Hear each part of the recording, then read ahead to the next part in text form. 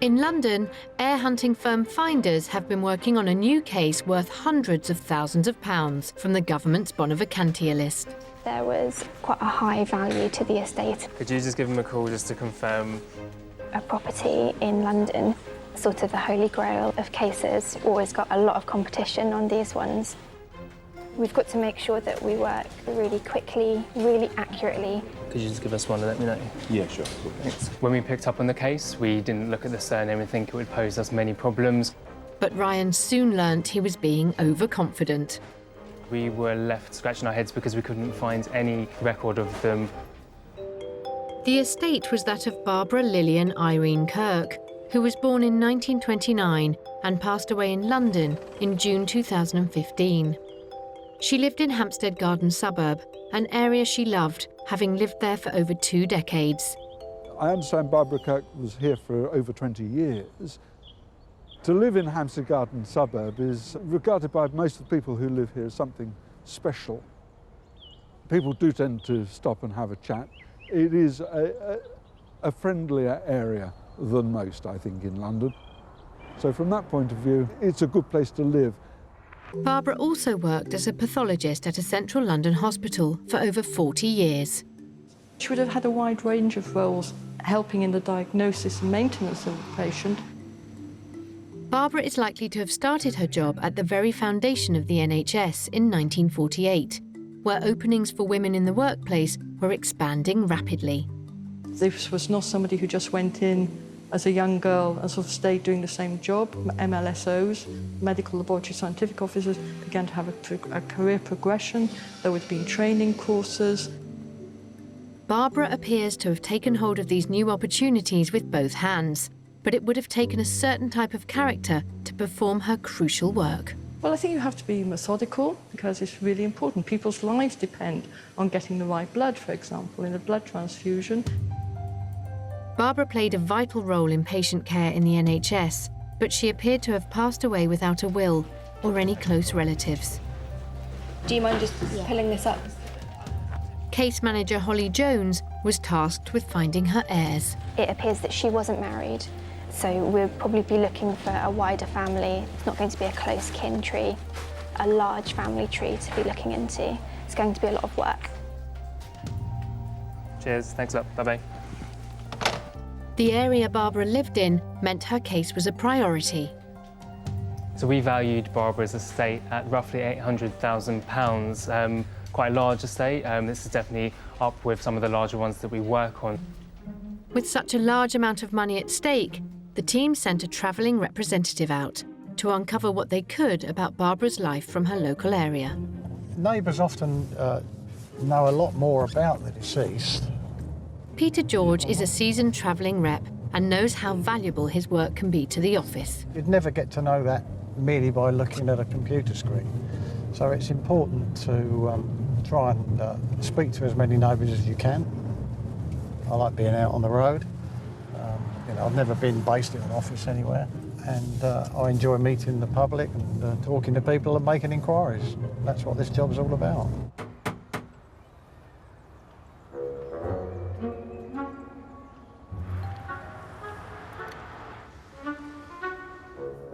Peter doesn't seem to have much luck.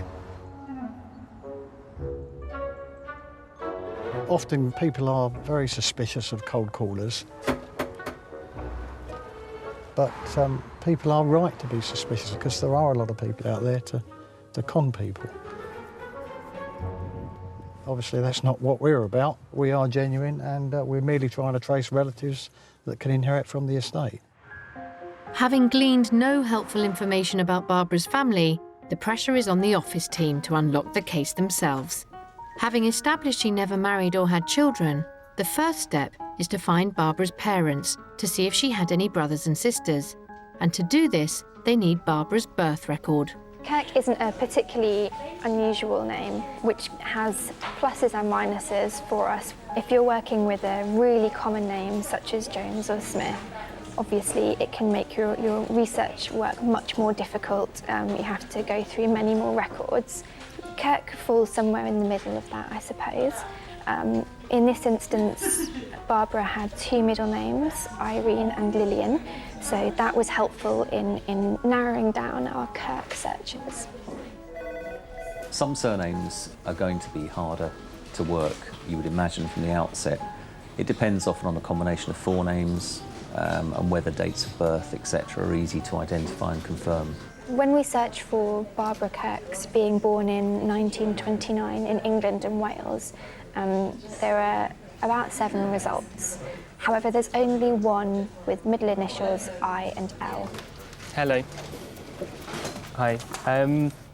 When Barbara's birth certificate does come through, the team are hoping it will kickstart the search for her parents. From Barbara's birth certificate, we can also see her mother's name, Helen Kirk. It has her profession as a housemaid or a nursemaid. Thanks so much, June. Cheers. Bye-bye. But there's something missing. Barbara's birth certificate didn't have any father entered on it, as she was illegitimate. It changes the way that we would do our research compared to if she were born within a marriage. Typically, when a person is born out of wedlock, there'd be no father's name on the birth certificate. So you then have to consider that the mother, single at the time of birth, may then have married and had further children. With only one side of the family able to be researched, the office team face an uphill struggle. They concentrate their efforts to see if Barbara's mother, Helen, had any more children. We knew from a search of the marriage indexes that Helen never married, therefore there wouldn't be any half-blood siblings to Barbara who were born in wedlock. Once we'd established that Barbara was an only child, we then need to go back a generation and focus on any brothers and sisters that her mother might have had. To do that, we can look at the census. Census records are a great resource tool for us when we're doing the research into the family trees because it's a snapshot of the family. They do capture the family at 10-year intervals, so very useful but very important. These could potentially be her 3 children now. Potentially. I really hope so. Once located, Barbara's family's listing contained a surprise. It appeared her family were from Beverley in Yorkshire. Here we have Helen's parents as well as her brothers and sister, so we have an instant family tree. The record showed Barbara's grandparents, Robert Kirk and Mary Smith, had 4 children other than Barbara's mother, Helen. So there were aunts and uncles whose children, if found, could be heirs. But when the team received Robert and Mary's death certificates, they could see that fate had taken a terrible toll on the family. We actually found out that tragedy struck the family in 1903 with Robert passing away, followed by his wife the year afterwards due to complications with tuberculosis, and that left Helen and her brothers and sisters as orphans. Tuberculosis was one of the most infectious diseases which had reached epidemic proportions across the UK at the beginning of the 20th century. Well, the symptoms of TB are, first of all, persistent cough. A cough that perhaps lasts for 3 or more weeks. Sometimes people cough up blood. The disease is also known as consumption, and it consumes the body, so lose weight, often have nighttime sweats, and literally just waste away. Barbara's grandparents, Robert and Mary, would have known tuberculosis was almost certainly a death sentence. There's very, very little that could be done for TB at the beginning of the 20th century. There were some surgical procedures for TB, but in terms of a medicine, preventative, nothing very much. Robert was the sole breadwinner for the family as a poorly paid stonebreaker, so they would have struggled to afford effective treatment. You might not even have a doctor, you might not have a regular doctor because it's expensive. What most people would do would probably go to the chemist and get a tonic of some kind. So things like cod liver oil or beef and iron tea were very popular at that period because there was not very much rational medicine for anything, let alone TB. You couldn't afford to take the time off work and to go into a hospital or a sanatorium. Then what option did you have? There was very little in the way of sick pay or anything like that in the working conditions for most people, so most people would have had to carry on. And sadly, Barbara's grandparents' circumstances meant one person with tuberculosis was a disaster for all of them. They were all crowded together, so the infectious agent, which is spread in the air, was passed very easily from member to member. So yes, quite common for whole families to be infected. With Robert and Mary dying within a year of each other, their children were orphaned in a time before the welfare state existed to help those in dire straits.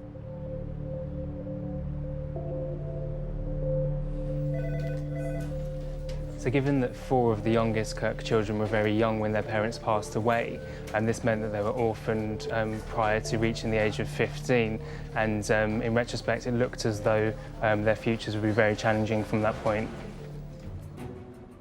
Richard Wiseman is part of the community in which Barbara lived. Barbara Kirk lived here for over 20 years.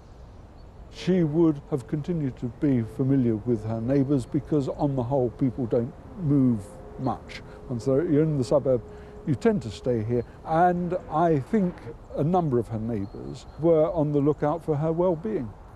So from that point of view, it's a good place to live. Unfortunately for the heir hunters, their man on the ground in Barbara's old neighbourhood hadn't been able to find anyone who could help with their research. My name's Peter George. But the heir hunters are having more luck with online records. Yeah. So if you leave that page up and open a new one. They discover that both Barbara's grandfather and grandmother died in their early 40s from tuberculosis, leaving 4 of their youngest children to fend for themselves. Annie was only 13, her brother Robert was 10, Leonard was 5, and then Helen, Barbara's mother, was actually only aged 2 when she lost her parents. In reality, the only option available was for them to be fostered. But without an effective welfare state to rehome them, the children could have been abandoned on the streets. If you were homeless and a young child, your ability to feed yourself would have been, almost impossible.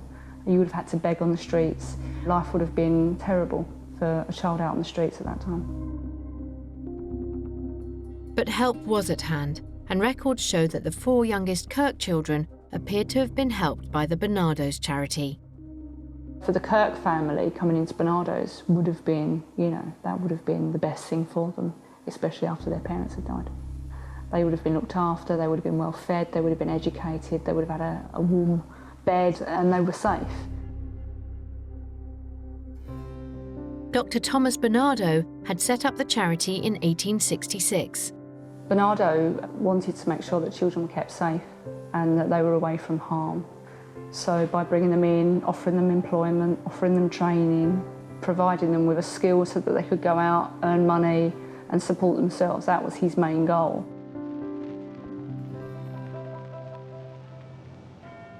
Back in the office, the team need to find exactly what happened to the Kirk children after they were taken in by Barnardo's in order to track down any heirs. Holly uses the census records to trace their movements and discovers why Barbara ended up living in the south of England.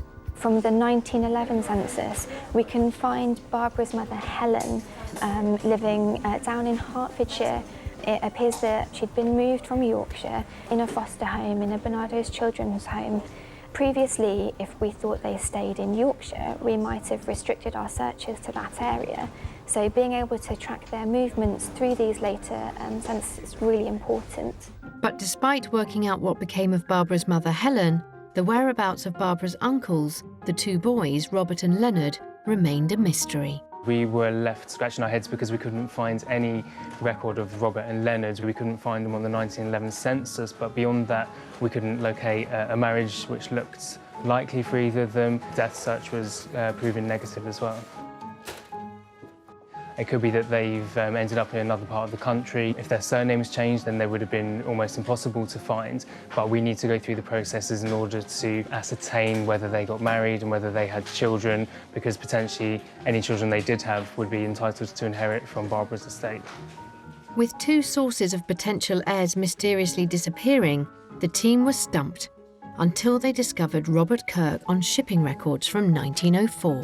We found out that the reason why he wasn't turning up on the 1911 census records here was because he actually went to Canada with Dr. Bernardo's, the children's home, along with around 200 other children.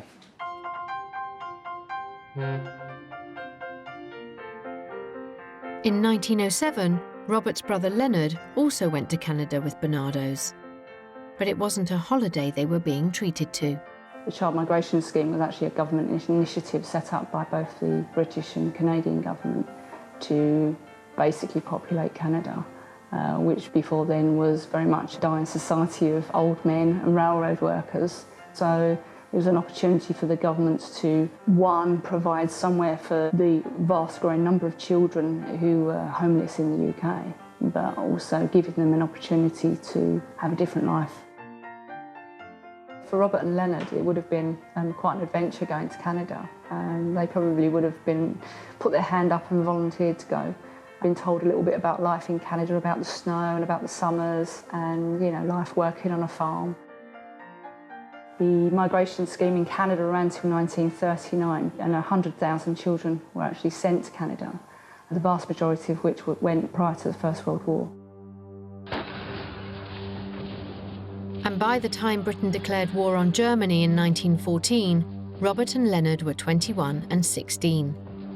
They both responded to the call to arms from their motherland and joined Canadian forces who were sent to the Western Front in France. But Ryan uncovered a tragic end to Robert and Leonard's great adventure. So Robert Kirk was actually killed in action in France in 1916, and his brother Leonard sadly passed away the year later, but back in Canada in a military hospital. Both never married, and therefore our research was focused onto the other lines of the family. So have you got his life and address? With no heirs from Robert and Leonard, the team were running out of options, so they focused on their two surviving sisters, Barbara's aunties, Annie and Ethel. Helen's sister, Annie Kirk, actually died in 1910, unmarried and without children, from tuberculosis. So again, it's quite sad that she didn't have any children of her own after she came out of Bernardo's. We were running out of options if we were going to find any beneficiaries, so all our hopes were really pinned on the line of Ethel Kirk. Oh, perfect. That's great. And the team were in luck this time. Okay, bye. Ethel Kirk, Helen's sister, married in 1904 to a George William Gillian. Because they married in 1904, it meant we could look for them on the 1911 census. And we found them. They were living together and they'd already had several children. Ethel Kirk and George Gillian had 6 children, 4 of whom survived to adulthood. And the team were able to track down all of their descendants, finding a total of 17 heirs to Barbara's estate. John Moore is the great-grandson of Ethel Kirk and is Barbara's cousin twice removed. He still lives in the same town of Beverley in Yorkshire that Barbara's grandparents lived in at the turn of the 20th century. There was a knock on the door and there was a chap there. John remembers the moment he found out he would be inheriting from Barbara Kirk, a name he'd never heard of before. I basically didn't believe him. I think my words to him were, "You're joking." I was gobsmacked. It wasn't until he gave me some further details that I realised that he wasn't one of these scammers or what have you, and I invited him in. Once John's surprise subsided, he was left with more questions. Well, to find that you're part of an inheritance is quite a shock. The name Barbara Kirk means absolutely nothing to me at all, and it doesn't mean anything to the family either. I think when you first find that you've got a relative who's left something, it does make you wonder what's the story behind that particular person. But the windfall will also be of some practical use for John. If I got a reasonable inheritance, I do need a new roof on my bathroom, so it will certainly come in handy there because roofs are not cheap. But it's also quite sad that this person has obviously left money, and I don't know that person. For all concerned, it's been a satisfying and interesting case to be a part of. As much as there's some things we'll never know about Barbara Kirk, looking at her family tree, we can build a picture and really see how she rose through adversity. She lost both her mother and her grandparents at a very young age, and she didn't seem to let that dampen her spirit. She went on to have a very successful career, and this was something that we could see as we developed the story of the family tree, but also on our journey to find the heirs to Barbara's estate. And for Heir John, his newly enlarged family tree is a welcome surprise. We've got a story there that I didn't know existed. That to me is probably as important, more so than money. In London, case manager Amy Moyes has the Bonaventure list issued by the Treasury. Every day, probate genealogists like those at Finders search for families of those who have died without any next of kin. So we've just had this morning's ad through. There's one ad today on the list, and it turns out to be a property owner. It's the estate of the late Robert Sidney Radmore. So I'm just working with Ryan on this. As soon as the lists are available, it's a race against the clock for any heir hunting firm to beat their rivals to secure any heirs. With only one new case today, the pressure is on. It's going to be hugely competitive, so it's really important that we get going quickly. So we're just trying at the moment to clear off any close kin and then look as quickly as we can into the maternal and paternal families. Mark Forrest was a close friend and work colleague of Robert Radmore, who died unexpectedly, aged 59. I knew Robert for just under 4 years. Robert and I became very good friends. We used to speak quite often, 2 or 3 times a week. Robert lived in Hemel Hempstead, and Mark got to know him when he worked on an independent film he was shooting. He came on board, he was assistant director. He assisted with the lighting.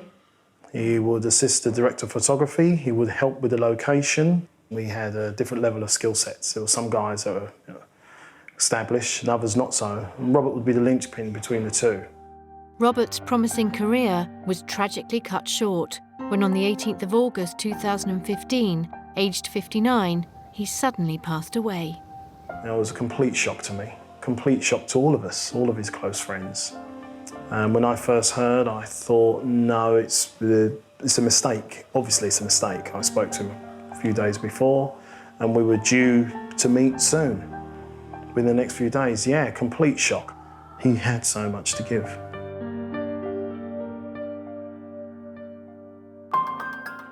In the offices of the heir hunters, case manager Ryan Gregory has already established key information about Robert. We were able to use the address and see that Robert lived on his own since around 1992 when he moved into the property. We could back that up with a marriage search, and the initial indications suggest that Robert was a bachelor. So we're not looking at a spouse. It's hard for us to find any children given that he evidently didn't marry. So we're ruling out issue and a spouse for now. Looking at the electoral rolls for Robert Radmore, we can see he's probably been living in the family home and he's probably inherited that. When we look historically through the electoral rolls, he's actually living with seem to be his mother and father, Emmeline and Sidney Radmore. This means that Robert's estate is likely to contain the family home in Hertfordshire, making it a valuable asset for any potential heirs. Robert's parents were Sidney Alfred G. Radmore and Emmeline Annie Coles. They married in 1940 and had Robert, an only child, in 1956. Sidney Radmore passed away in 2002. Emmeline Radmore née Coles passed away in 2004, so there's no parents that will claim the estate either. Mark Forrest didn't know Robert's parents, but heard of them often. Robert speak about his parents. I had fond memories of his parents. I think his dad boxed at an amateur level, but yeah, he spoke highly of his parents. very much. Love them dearly. Is he there? Right, okay, fair enough. Between them, Amy and Ryan have to tackle both Robert's father's side of the family, Radmel, and his mother's side, Coles. Knowing that other companies will be working this case, they'll have to work fast to trace living heirs before another firm beats them to What it. do you mean, Suzanne? Okay. Which side do you fancy? You've got Coles McDermott or you've got Radmel Pratt. Choose. I'll take the Coles. Prefer Emmeline. I'm hopeful that they've all got interesting names. An interesting or unusual name involved in the research can often help speed things along. In the Radmel case, there was some very interesting and unusual names to work with. The Radmel name itself was quite an unusual one. So what we found out is that the paternal grandparents were called Sidney Bertram George Radmel and Ada Elizabeth Radmel née Pratt. They married on the 18th of April 1915. They were living in Islington. I mean, this was during the First World War. Sidney was a soldier at the time of marriage. So beyond that, they had Gladys in the same year, and Sidney, who's the deceased father, they had a few years later in 1918. I'm looking at the maternal family, which is surname Coles. So already that's a much more common surname than Radmel to be dealing with. From the records, it looks as though the deceased mother was one of 3 siblings, her brother and sister being called John and Margaret. So again, then they're not the greatest names to be working with. I was really hopeful that as the mother was called Emmeline Annie, that her siblings would have equally interesting names, but they don't. Deceased father was one of 3 as well. We found Gladys A. Marion Radmel, born in 1915. She married Thomas H. State, but she didn't have any children with him. I found out that the deceased's paternal uncle, Ronald John H. Radmel, born in 1932, so relatively recently in the scheme of things, he passed away in 2000. He was married in 1962, so I just need to find out whether he had any children. Ryan discovers that Robert's aunt Gladys passed away in 1977. Without Robert's parents alive, his uncle Ronald's children will be the only heirs on Robert's father's side of the family. The search is quickly narrowing down to only a few heirs. Other companies may have already discovered this and could be on the trail. Camilla, could we have a text for reps to be on standby for London, Hertfordshire? Okay. Amy is now looking at Robert's mother's side of the family. Her maiden name was Coles. Uncle John Coles looks as though he's passed away in the 80s, but with a name like John Coles, I can't really tell whether he's married or had children until hopefully his death certificate gives me some more info. So I'm waiting on that. I then moved over to maternal aunt Margaret. Now, there's a really strong possibility, I think, that she's alive and has moved to the Sussex area. She may now be known as Peggy rather than Margaret, which isn't uncommon, especially for her generation. She's born in the 30s. I've tried a phone number for her. She's not answering. It's just ringing out without a machine, so I can't leave a message.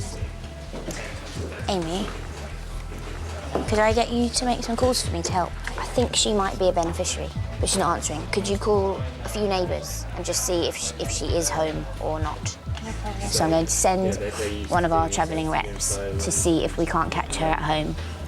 And if that fails, hopefully they can find out from neighbours whether she's perhaps away on holiday or where she is or whether she's moved on. But there's a breakthrough. Amy's team managed to track down a neighbour. Yes. The gentleman next door said that she's in a mobility scooter and someone should be in. So she's just not answering the phone? She's just not answering the phone, but he doesn't know if she has any children or not that we could contact. But he I said don't think she does. Keep trying the phone number. But he was in bed because he's on night shift, so I woke him up. But he was kind enough to let us know. That's nice of him. So. Okay. Yeah. Good. Thank you. Good news. While the team work on finding living relatives, Robert's grandparents' marriage certificate reveals more about them, listing his grandfather as a coach builder. In the 1920s and 30s, Charles could have worked at a firm like the Morgan Motor Company, where cars were custom built. Martin Webb is the company's archivist today. Charles would have developed great skills in this. It's not an easy job at all. You needed great woodworking skills to create the structural frame of the car. Not only accurate from an aesthetic point of view, but of course it had to be structurally sound as well. Charles would have started as an apprentice and been trained by skilled craftsmen. By the mid-1930s, his skills would have been in great demand, as it was a boom time for the manufacture of cars. They would have been building bodies for Rolls-Royce and Bentley and other prestigious motor manufacturers. It would have been fairly long hours. He would have been a reasonably respected craftsman, because this wasn't easy work at all. Only the very wealthy could afford to buy a car until the 1930s, when the costs of motoring came down, and an averagely well-off family could then afford to buy a car.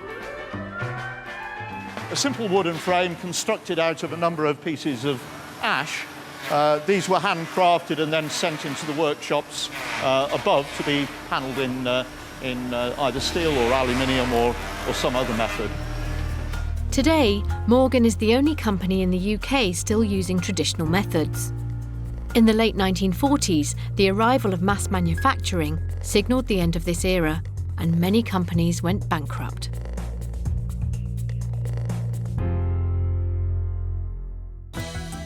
Coachmaker Charles was good with his hands and passed his creative genes down to filmmaker Robert.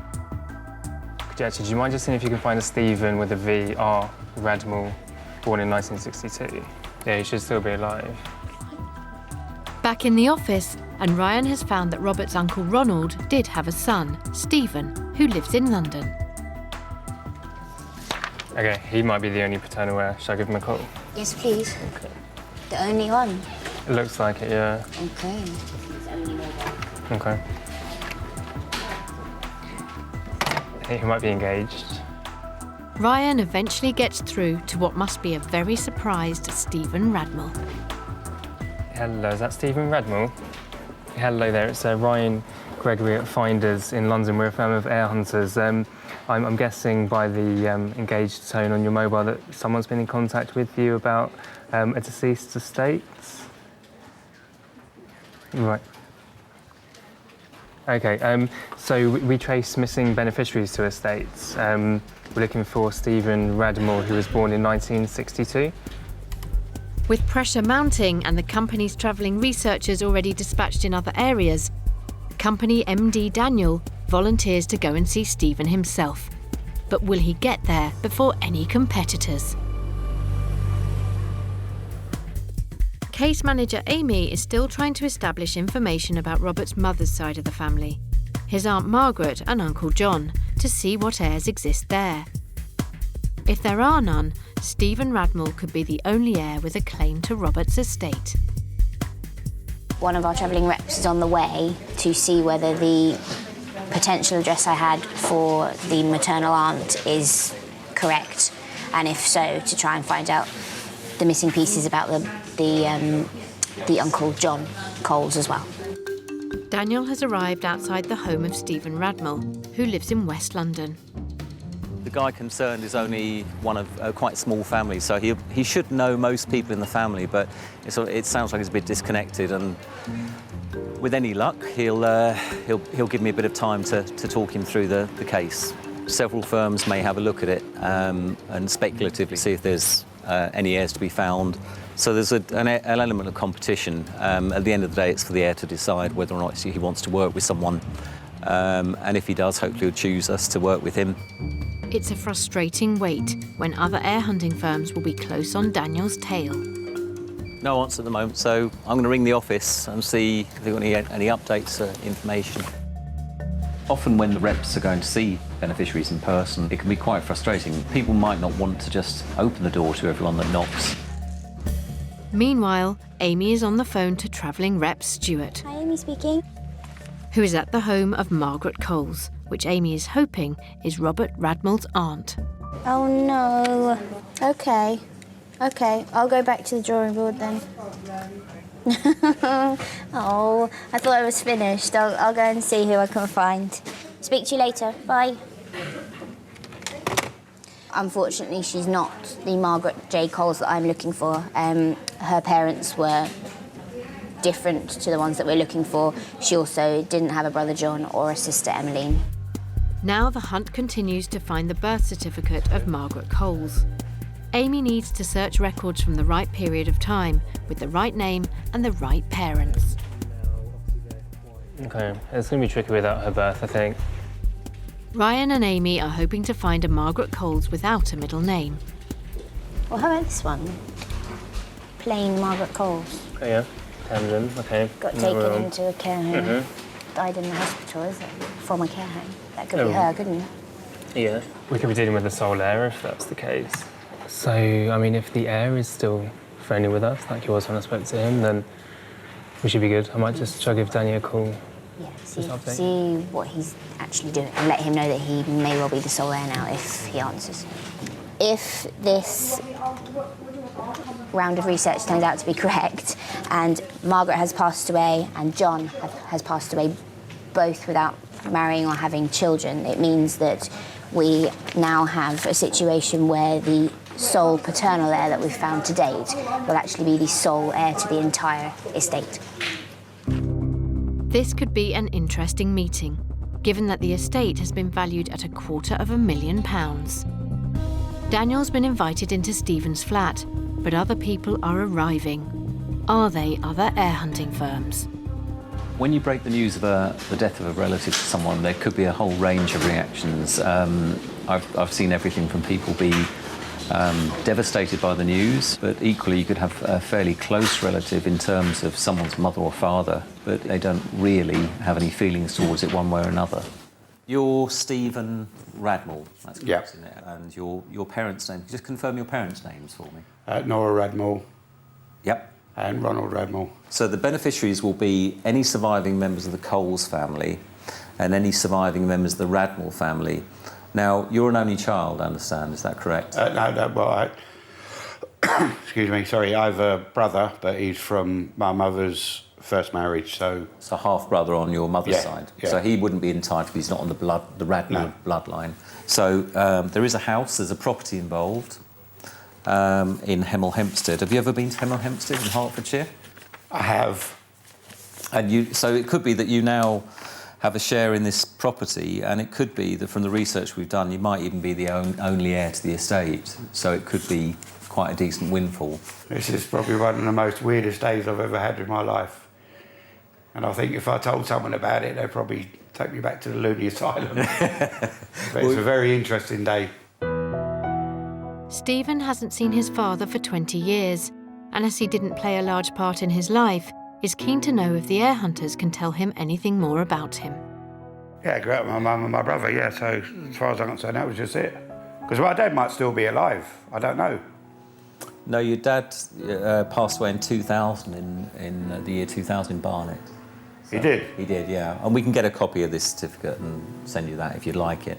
We can get copies of... What did he die? Do you know? We can get a copy of the certificate and send it on to you. Can you do that for me? Yeah, seriously, I'd like to see that. Absolutely, yeah. We'll get a copy ordered from Barnet and send you that on to you. So he died in 2000, so I didn't know that. I try not to preempt or guess how the person may react and just deal with it in a sensitive but professional manner. Stephen then begins to tell Daniel about his daughter. She's got this thing called chronicitosis, which is quite a rare disease. Not being a medical sort of guy, but for the first 2 years of your life, your brain and your skull grows together and there's a gap. And one side wasn't growing, so eventually the side that wasn't growing was going to die. Basically, they got her into hospital very, very quickly and did the operation they had to do to save her life. And they basically took her skull out and made a new skull. Stephen is so passionate about the hospital's good work, he then makes a staggering admission. And I'll sign anything to say I don't want any money. I don't want to gain anything out of this. Apart from Great Ormond Street seeing the benefits, because 22 years, 23 years I've seen what they did for your daughter. What they've done for my daughter. Yeah. And they do it every day for so many young children. It's, I don't want to start crying, but it's really important. Yeah, definitely. You know. It's been an emotional discussion for Stephen. so Daniel leaves him to contemplate all he has found out.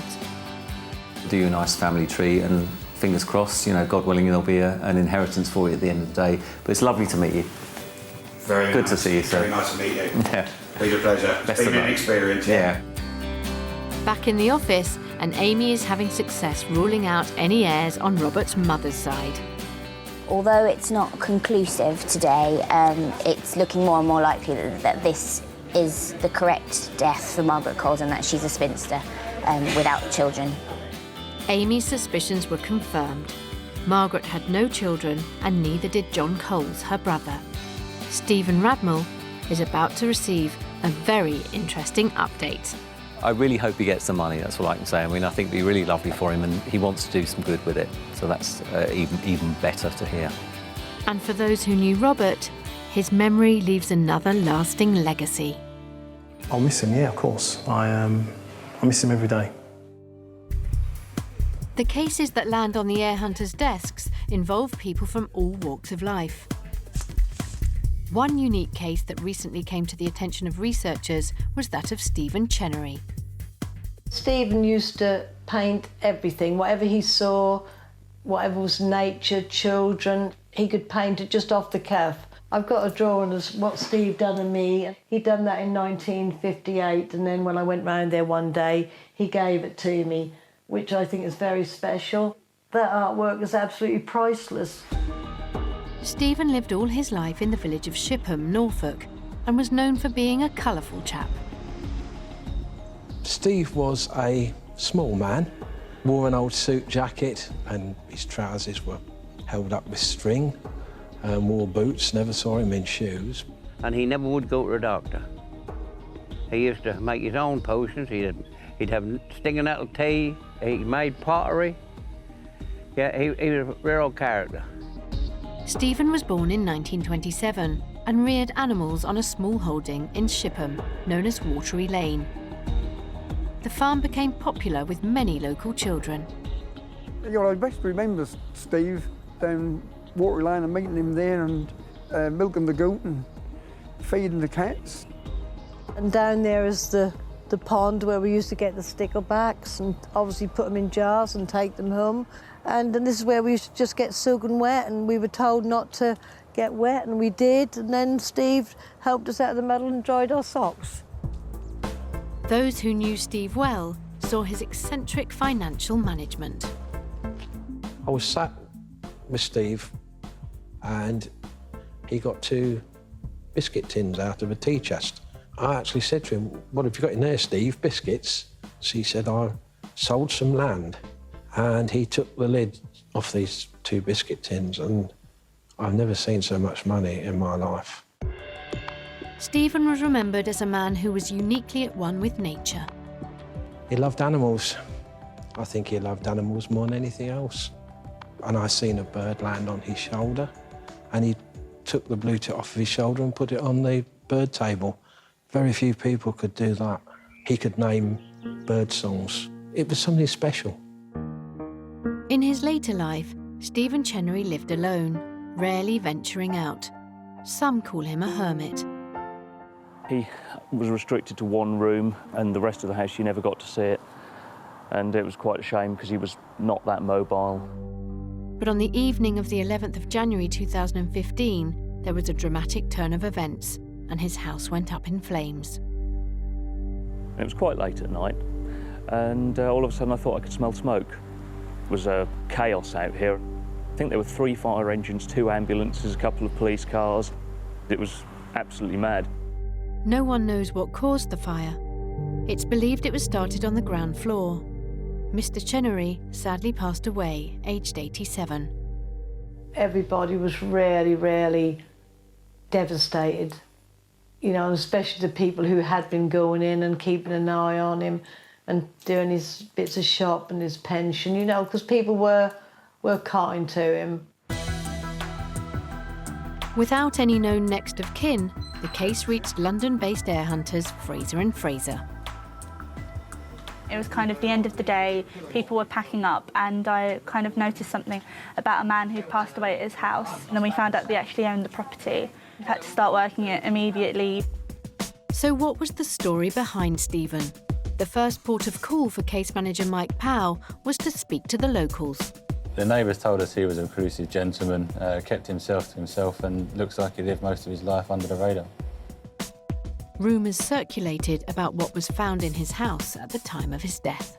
We discovered through some neighbours and then subsequently later on that the deceased had some cash in the house. They found about £2,500 in his armchair where he passed away. However, neighbours couldn't provide any family information. One of the first records that we look for on a case is the birth certificate, because that really is going to give us our starting blocks for the rest of the case. We'll get a date of birth, we'll have the parents' names, and that's what we really need. He was born around the same town where he died. It was a weird one, because it was like everyone lived in the exact same place. We then checked all the marriage indexes from his date of birth up until when he was 16 and over to see if he was married, but we couldn't find anything which matched the area he lived in. So we were fairly certain that he died without ever getting married or having any children. The search began for his next of kin. Birth records established his father was a carpenter, Frederick Chenery, born in Mitford in 1886.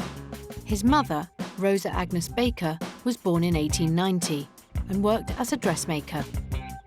I don't think I ever went out anywhere, but his father, he was from what I gather, he was a clever carpenter. When war broke out, he would have been 28 years old. Records show that Stephen's father, Frederick, was called up and served for 300 days.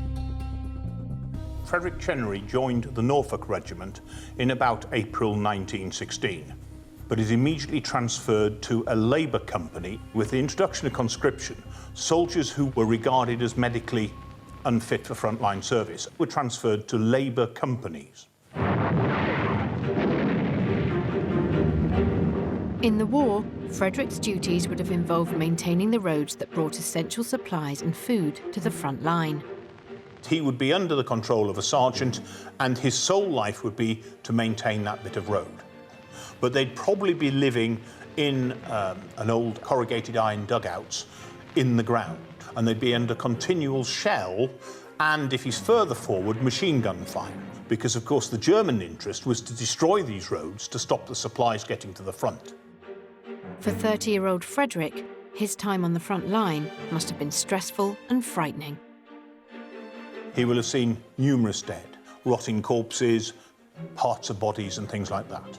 And whatever they say, it must affect somebody's long-term mental ability. And some people could cope better than others, but most First World War veterans would suffer from post-traumatic stress syndrome.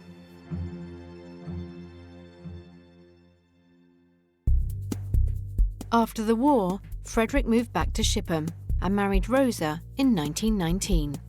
We did a birth search using the names of the parents, which were Chenery, and the mother's maiden name, which was Baker, to which we discovered that there were two sisters of the deceased, an Ivy Monica Chenery, born the 10th of November 1919, and a Nora Agnes Chenery, born the 21st of November 1920. Once we looked into the background of the house, we found out immediately he lived there with his family. When we done our inquiries, obviously everyone knew that he had two sisters. One of them actually died spinster at the house, and the other one did get married and actually came back to the house to live with her brother. The research shows that none of Stephen's sisters had any children either, so no close family were going to be beneficiaries. And what was revealing was that with one war over and another on the horizon, Stephen decided to make a dramatic decision about his lifestyle. I know when he was younger that he didn't live at home, and he lived some of the time up near the aerodrome in the woods. It was a subject that I don't think he really wanted to talk about, but for some reason he wasn't allowed to come home. Well, Steve, he was one in a million. I mean, you don't meet people like him every day, do you? He was just a one-off. He was a very kind man, there is no doubt about that. A man that time forgot, time had passed him by.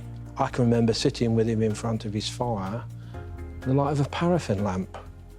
And I mean, who uses paraffin lamps now? Not many people, but that was Steve. The air hunter's search for his family has discovered that Stephen lived on the village green all his life with his parents and two sisters. His parents, I think they were very close. Yeah, very close. Yeah. His mother especially. All I knew was ever knew was his sister Nora and the other sister Ivy. One was seemed a very posh lady, and the other one was very down to earth. Oh, they adored him. I think how my mum taught, they all adored him, and he was spoiled. In 1939, when Stephen was 12, World War II broke out. Conscription came in, and all men and boys over the age of 18 were expected to register. But for many families, this was a terrifying prospect. The social implications of not registering for conscription would have been quite extreme, because you'd have been outlawed by your own community. Other people, your neighbours' children, are listed. Why aren't you going? And after the war, it would have got even worse because he didn't do his bit. So I would suggest that anybody who actively avoided conscription after the war was not popular. Despite the severe penalties, Frederick Chenery didn't want to risk his own son enduring similar frightening experiences to his own. So he made a remarkable decision. The theory is that something possibly could have happened to his father during the Great War. And it was so horrific that I don't think he wanted the same happening to Steve.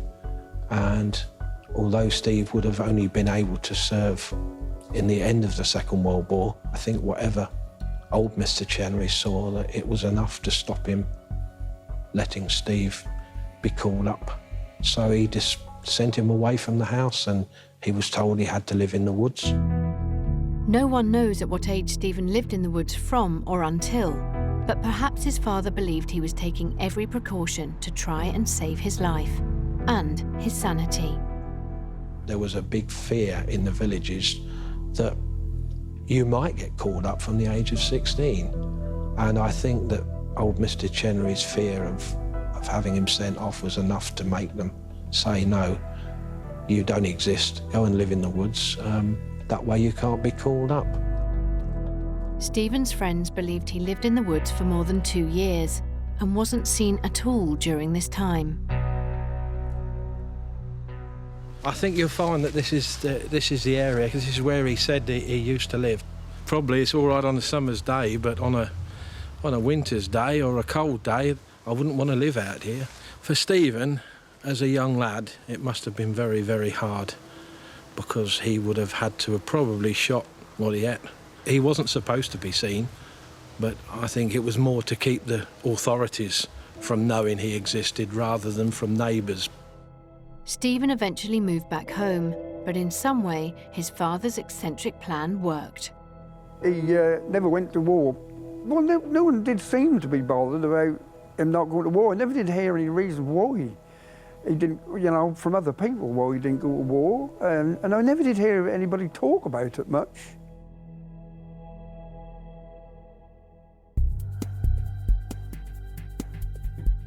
Back in the offices of Fraser and Fraser, and the team have been researching Stephen's mother, Rosa Baker's side of the family.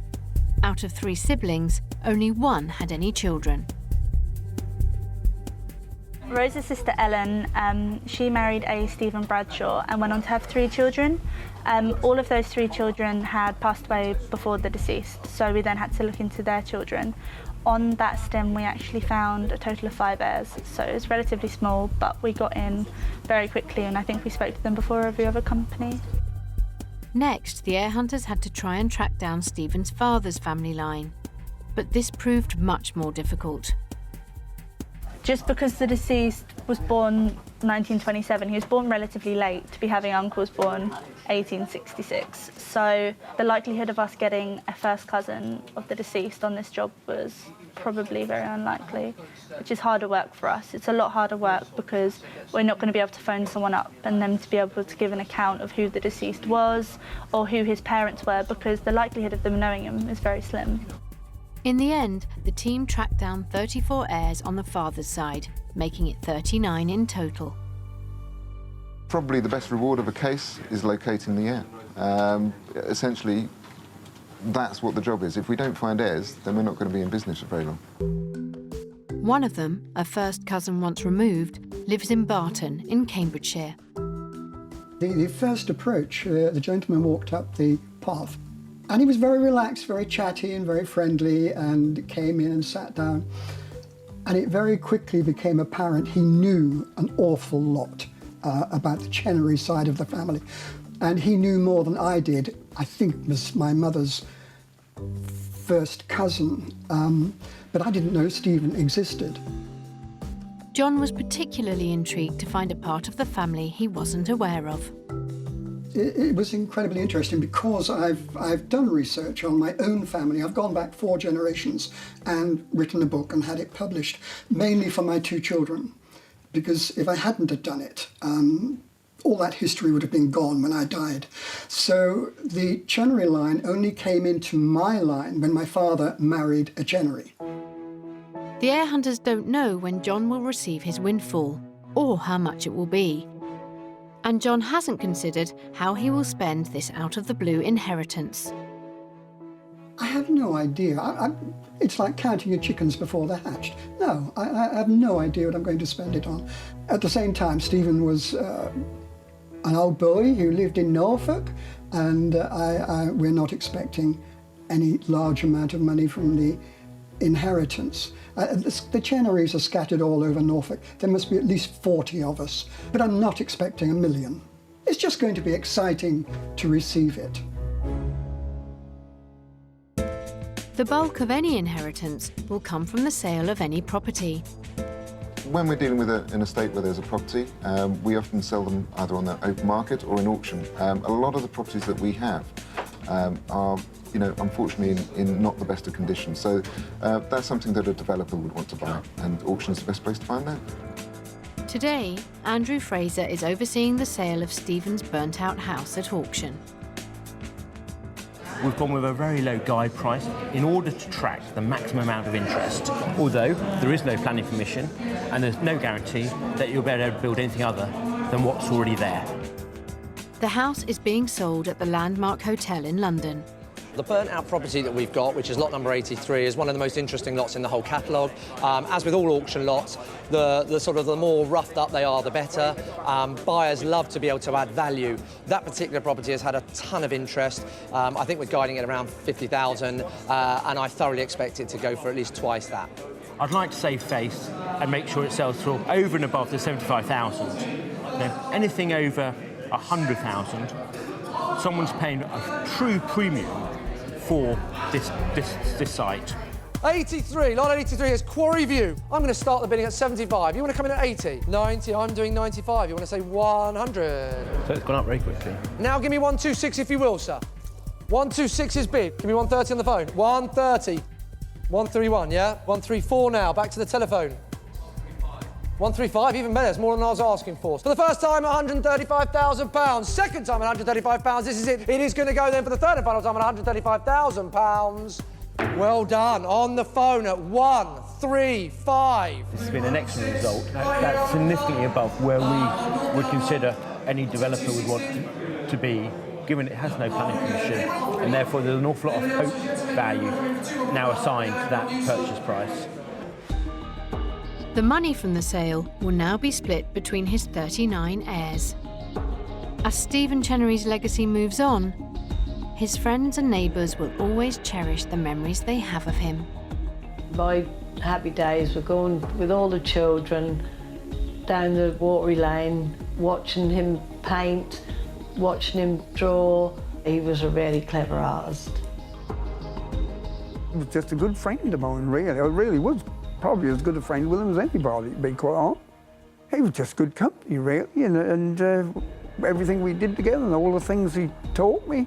He did teach me a lot, really, because he was a clever man. Steve was one of a kind.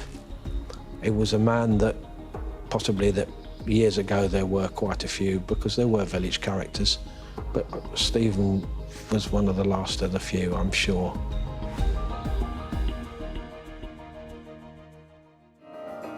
In the business of probate research, finding living heirs is the goal, but sometimes they uncover family stories lost for generations. He was born at the workhouse and left there. One case that revealed plenty is from the village of Roberttown in West Yorkshire. Doreen Story lived there until she was 86. She died on the 20th of February 2012 with no known family. Although she was a quiet lady, neighbour Jean Hawley remembers Doreen as a cheerful spirit. She was a lovely lady, was Doreen, very warm, and a lovely sweet smile. And she used to go for a hair setting. Doreen loved the garden, and our friend Jill tended it for her. And really, it was lovely, back and front. She liked it to look nice. She had 2 brothers and 1 sister. She never spoke about them, apart from 1 brother that was during the war in one of the services. Go on, Payne, so looking at. Neighbour Christine Allen knew Doreen for 42 years. She loved animals. She always sent cards with dogs on birthdays or everything, yeah. She was a lovely lady. You could tell her anything and she listened, you know it won't go any further. I miss her, yeah, I do, I miss her. I just miss her stood in the window and not waving or anything. Doreen's house remained empty for some time after she died, so a concerned neighbour contacted London air hunting firm Finders.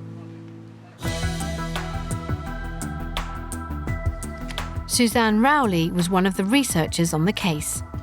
Neighbours, they tend to refer a case to us instead of it going to the Bonaventure list. Hi, Ryan. It's the Doreen Story case. They want the money to go to the family and the right people rather than the government. All right then, thank you. Cheers. One of the benefits of a neighbour referral case is that we can get some more detailed background information that we may otherwise not receive. If I can find her with a family, then you know she's wrong. Case manager Amy Moyes began the process of trying to find out if Doreen had any family. So the neighbour that referred this case to us was able to tell us quite a bit about Doreen, which gave us a head start, really. For instance, she knew that Doreen had lived at the property for quite some time. As far as she was concerned, she'd never married, and she'd never heard of her having had any children either. So on the post-it, you think it says Dixon, not Brixton?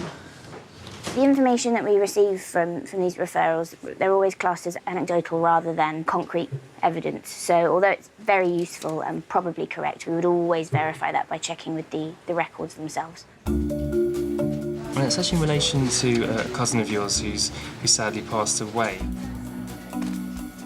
Doreen's death certificate gave the team her date of birth, which meant they could immediately order her birth certificate.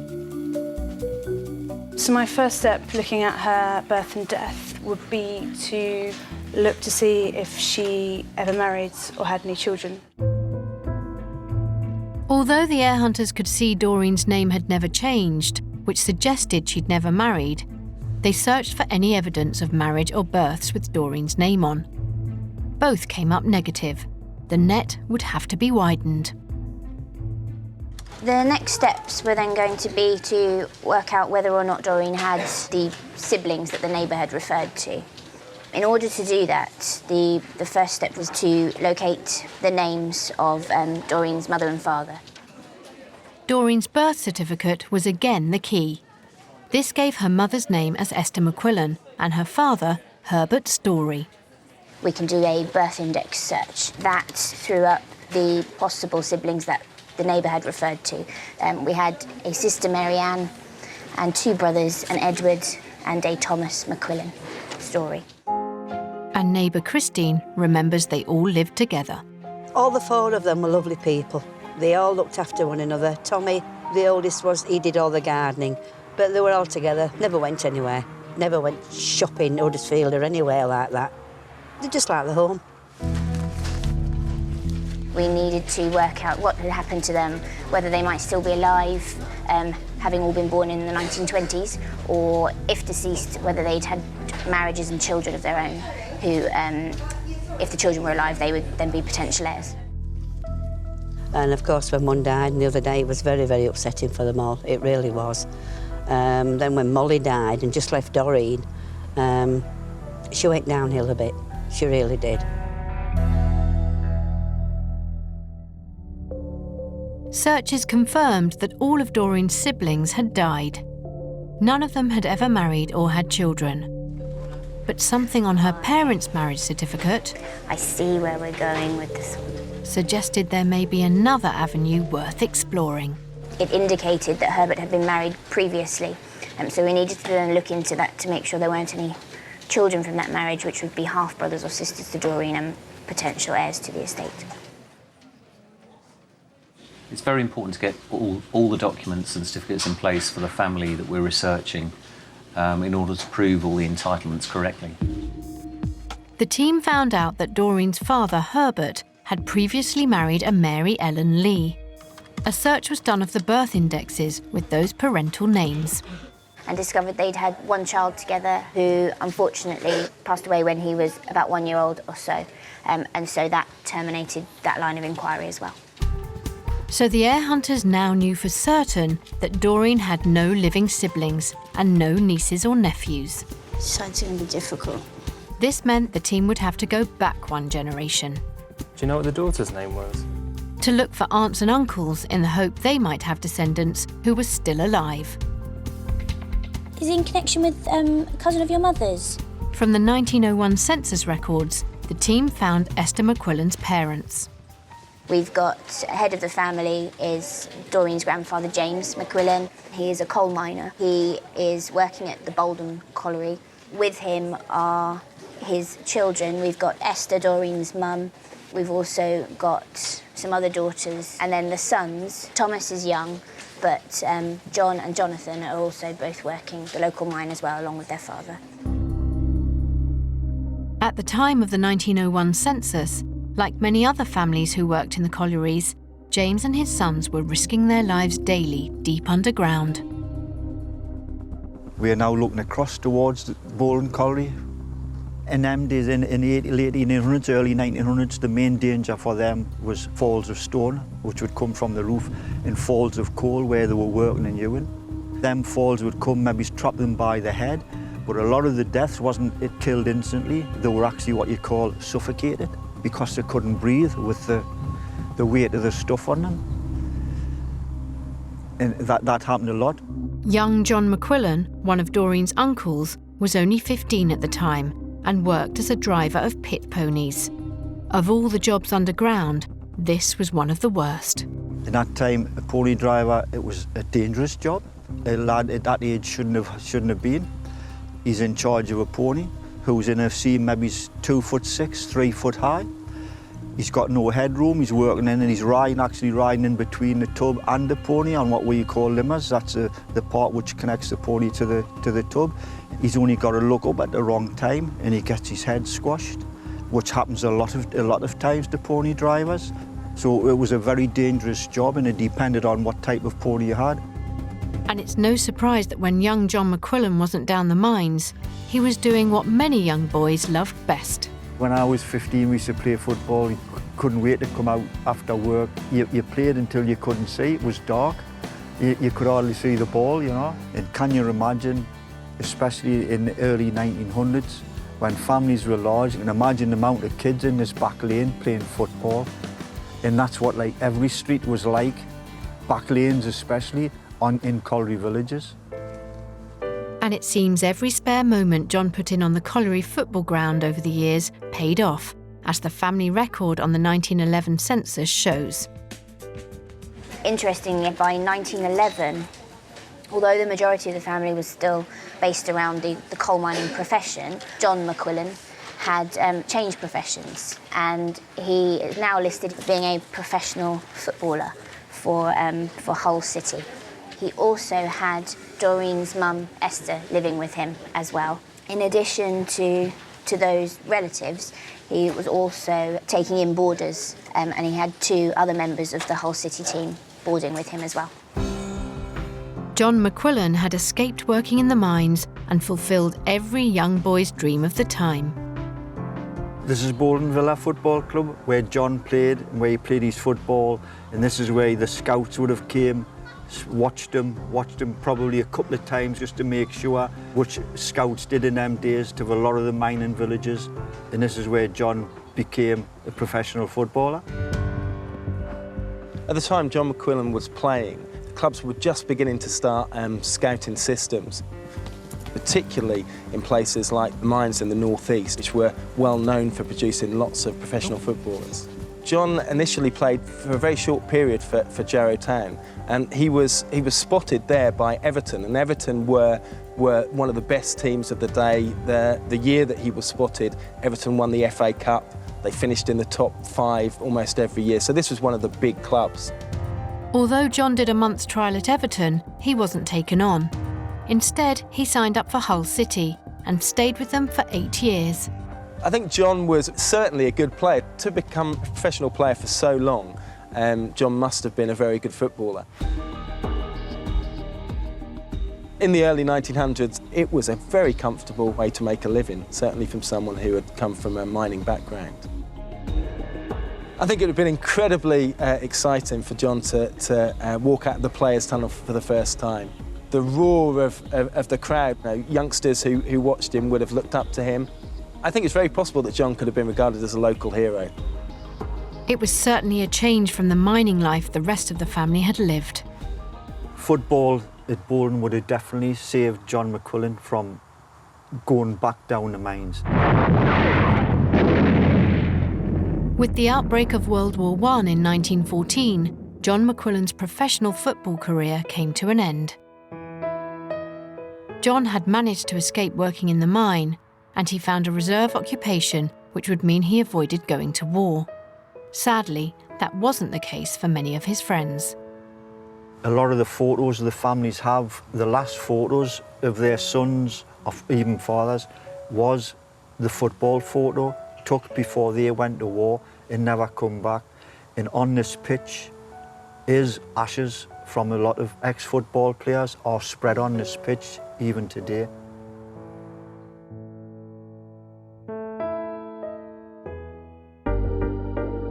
Back at the office, the heir hunters were starting to piece together possible descendants of Doreen's mother's 10 siblings. It looked as though there'd be potentially an extremely large number of heirs. And with Doreen's father's side not even started, there's still a long way to go to find any of them. This family seems to be getting even larger than we originally thought.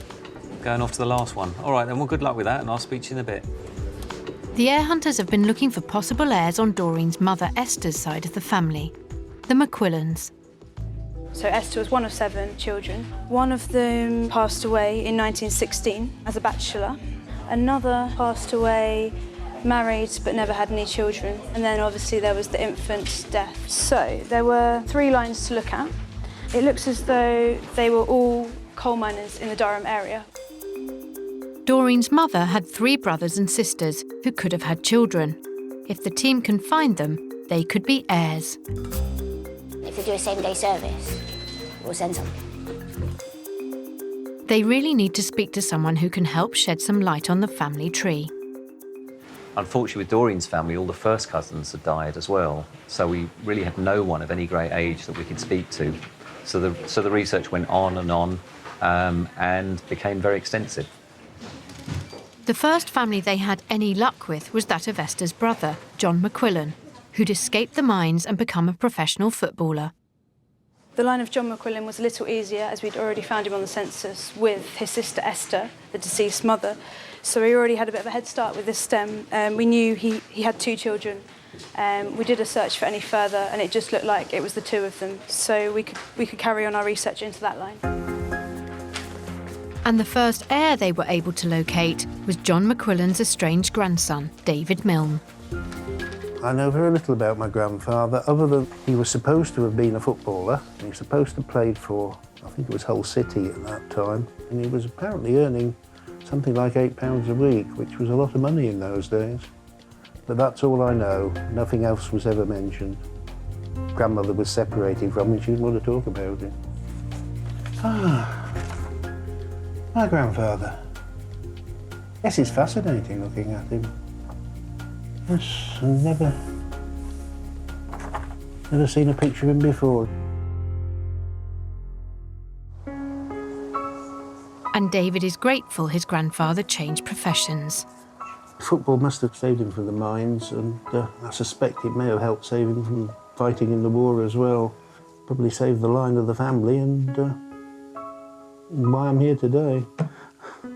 and not having worked down a mine or anything like that.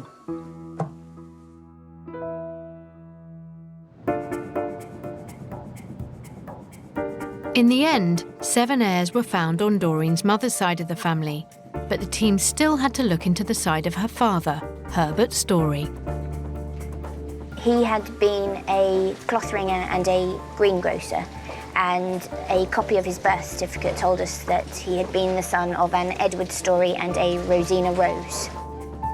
Herbert Story was born in 1893, so the team looked at the 1911 census to get an idea of the size of his family. There were 7 children on the census, 7 living. To double check that, we went back to the 1901 census and the 1891 census. And in fact, we found there were actually 10. So this family seemed to be getting even larger than we originally thought. And the investigations were revealing that 5 of Herbert's 9 siblings went on to have children of their own. These nieces and nephews of Doreen's father, or their descendants, would be beneficiaries to Doreen's estate. We had paternal uncle Ernest Story, probably had the largest family of the entire paternal side. He had 1, 2, 3, 4, 5, 6, 7 children. Of those 7, 5 have living descendants.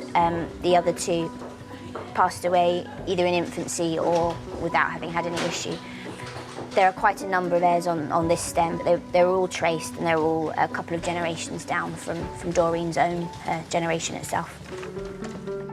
Their research found that 4 of Doreen's father's siblings died with no living descendants. We also had an uncle, Alvin Story, born in 1899, but he was sadly killed during World War I.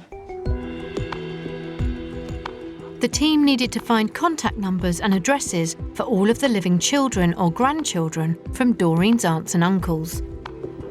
These would be cousins and cousins once removed of Doreen.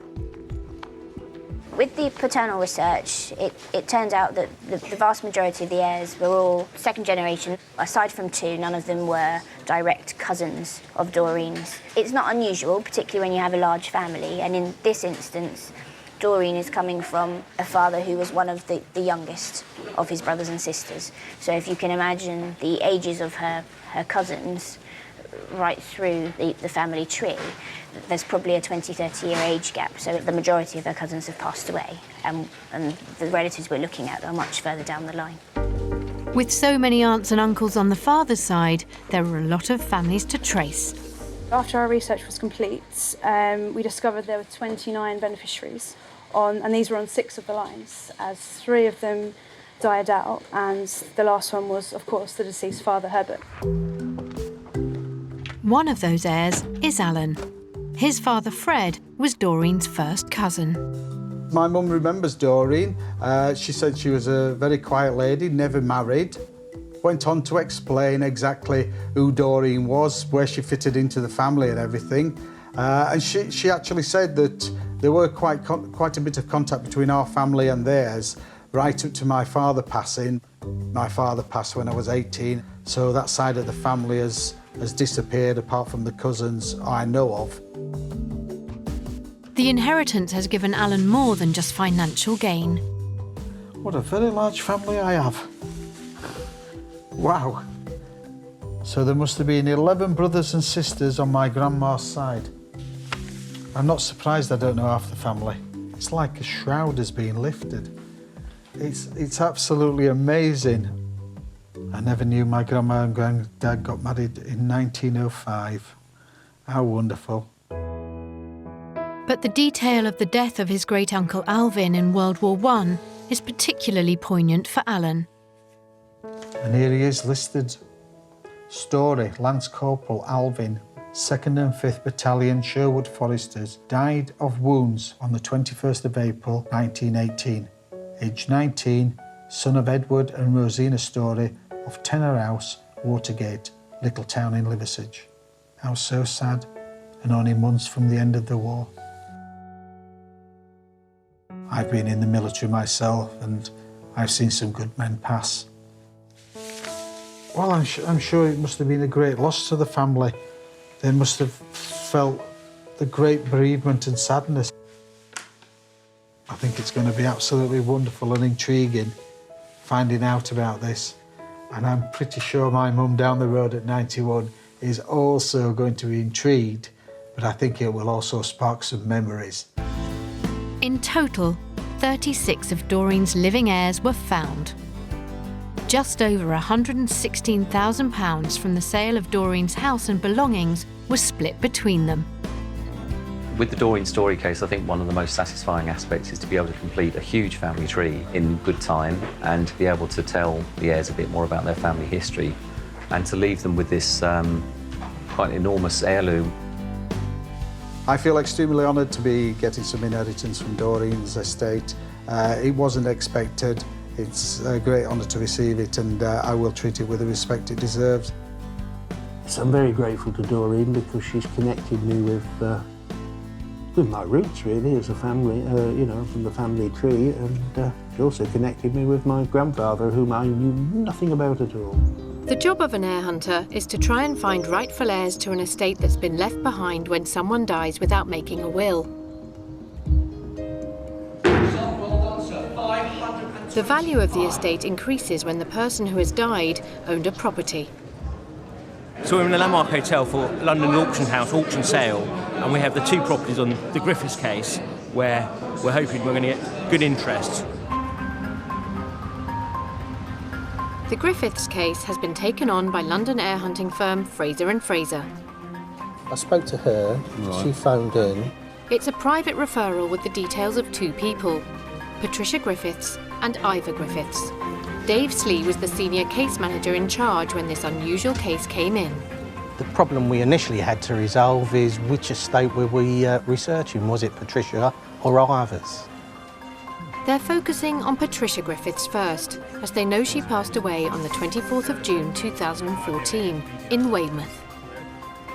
When we delved deeper into the background of Patricia, we surprisingly found that not only was she the owner of one property, but indeed another property that was in close proximity to the first. This is a high valued estate and meant that the whole of the company was involved in researching for next of kin.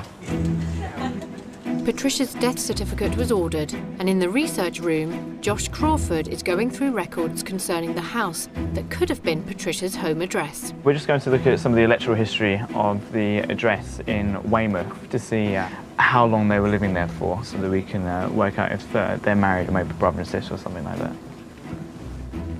You wouldn't have thought he'd be taking on a surname at that stage. The electoral rolls are invaluable for us because that's something that pins down where someone is living. So when we're trying to trace someone, an individual, an heir, we need to know where they were living, and the electoral rolls really help in that. Records show that Ivor and Patricia had been living together at one of the houses. And then there's another marriage here. The team tried to work out if Patricia and Ivor were married. We have a hit on a Ivor T. Griffiths marrying a Patricia S. Darcy in 1983 in Weymouth, so that looks really good for us. They can't find a birth record for a Patricia Darcy that matches the date of birth for Patricia Griffiths given on the electoral roll. Okay, cool, I will. Bye. So they looked to see if Patricia had married a Mr. Darcy. Right, so there is a marriage in Weymouth of a Patricia S. Allen to a Mr. Darcy in the December quarter of 1960 in Weymouth. To me, that's a good indication that that's going to be her first marriage. But obviously, we still have to check to see if there is a corresponding birth to a Patricia S. Allen, so that we know that we've definitely got the right person. And there's no other births that we can find that goes with. Searches confirm the findings, and a hunt for any children born to Patricia and Ivor comes up negative. Do you know what? That's probably why we couldn't find him. Case manager Joe Ibrahim thinks the team should now turn their attention to Ivor. The information which we had was that Patricia and Ivor were stated as living together at the same address. And from there we tried to locate where Ivor had moved to, because we know that he wasn't there at the time of Patricia's death. So from there we managed to try and see if we could locate any sort of record to try and track him down. Josh searches for Ivor on the internet. So we found a death notice for an Ivor Thomas Griffith in a paper in Weymouth. This guy died in a care home, and it requires further investigation to see if it's actually the same person. The next day, the records they ordered are in. Okay, cheers. Thank you. Patricia's death certificate confirms the research done yesterday, but the team have realised that as Ivor died after Patricia, the case is much more complex than they originally thought. Now we've discovered Mr. Griffiths has survived his wife, it totally changes the complexion, because Mr. Griffiths appeared to have died without leaving a will. He's also died intestate, but he is a vested interest to his wife's estate because he survived her. That's hard to link it in, wasn't it? Yeah. When we're looking at a vested interest in an estate, when the deceased passes away, if they're survived by their partner or their spouse, then the estate forms part of their estate. So essentially, one estate moves over to the partner, and obviously we then look at the surviving spouse's estate. As Ivor had moved out of the family home before Patricia died, Joe thinks this may be relevant to their investigation. So when we were trying to find any details relating to Ivor, one of our first concerns would be whether we could locate a divorce record, which would mean that he wouldn't be entitled to any of Patricia's estate, and therefore the estate and who would be entitled would change drastically. Obviously it's vested, so we need to see if she's left a will or not. I've got notes down. Yeah. And after some searching, the team can find no evidence of a divorce, meaning that Ivor was the heir to Patricia's estate. The team soon found people who knew Ivor in their hometown of Weymouth. Sandra West worked in the local supermarket there. He was always popping in and out with his wife, Pat. I just thought he was just the most fascinating person I'd ever met. And, you know, the number of people that come through our door for him, he was absolutely unique, and our chats just developed.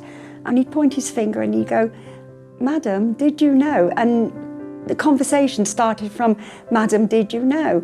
And he would come out with sort of random facts. And if he was talking to a man, it was always "sir." You know, and my colleagues, he didn't always know them by name, so we were always "Madam" or "sir." Very endearing. It was just, I mean, I could feel quite welled up just thinking about him now. Now that it was clear Patricia had died before Ivor, and that the heir hunters would only be focusing on finding heirs on Ivor's side, I believe it was December. Their first step is to see if he had any brothers and sisters, and they begin with his birth certificate to find his parents' details. Griffiths is quite a common name. However, we are quite lucky that his name's Ivor T, considering that's quite an unusual combination as first names go. So it wasn't actually too difficult to find Ivor's birth. Ivor's birth was registered in Surrey. His father was William Griffiths and his mother was Margaret Gertrude Griffiths, formerly Dredge. There was 2 addresses for him, wasn't there? Both of them. Both of them right. The team set about checking if they had any other children. These brothers or sisters of Ivor would be next in line. And it's good news. We've found one sister by the name of Thelma Griffiths. She's born in Kingston. That looks really good. Our next step is to work out what happens to Thelma. Okay, well, thank you so much again. We located a marriage of Thelma to a Mr. Francis, and that marriage resulted in them having one child. Unfortunately, this child died a spinster, aged 28. So therefore, there was no close relatives or near kin to Ivor, which meant we now had to go back to paternal and maternal families. They need to search for Ivor's mother's family first. So firstly, we needed to obtain a copy of Ivor's mother's birth certificate, which was on the 5th of November 1901 in the Holborn Registration District. And that clearly stated she was the daughter of Percival Dredge and Gertrude Ellen Dredge, whose maiden name was Henderson. The team look at the census records to see if Margaret had any brothers or sisters. I've found them on the 1911 census. Her siblings are John Henderson Dredge, who was 7, Eric George Henderson Dredge, who was 5, and Clifford Henderson Dredge, who is 8 months old. They need to find out what has happened to Margaret's 3 brothers. If any of them are still alive or had children, these would be the heirs the team are looking for. Right, so we've found a marriage for Eric Dredge.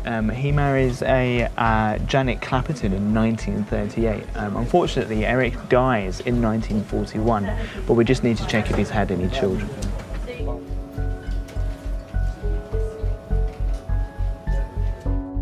The team's searches find that Eric didn't have any children, so they're focusing on Margaret's 2 other brothers, John and Clifford. So with Eric unfortunately passing away without descendants, we had to pin our hopes on one of the other brothers. And Clifford married Dorothy Bissett in 1939, and we soon discovered that they had a most unusual hobby. Before they got married, Clifford and Dorothy both became civilian pilots. People learned to fly in the 30s for all sorts of reasons. In the early 30s, Clifford probably flew because he wanted to. I once asked a man why he joined the London Aeroplane Club in the late 20s, and he thought for a moment and he said to me, well, we've done skating. And I think that was rather what it was. Between 1925 and 1939, around 60 flying clubs were started, and more than 5,000 pilots were trained.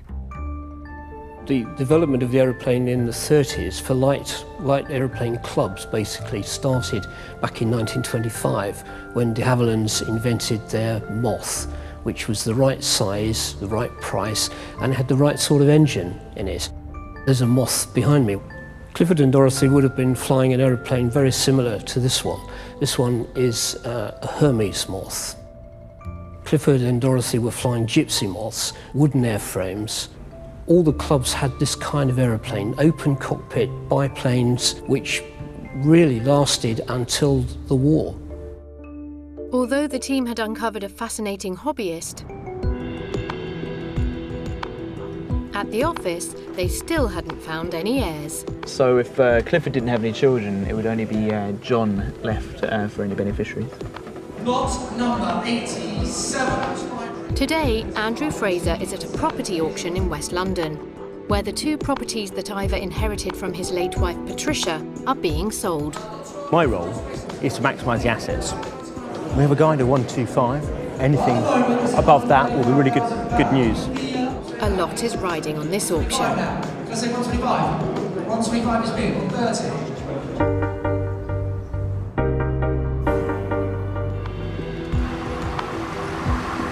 When's that? 1919 he's born, isn't he? In London, the team at Fraser & Fraser are investigating the case of Ivor Thomas Griffiths.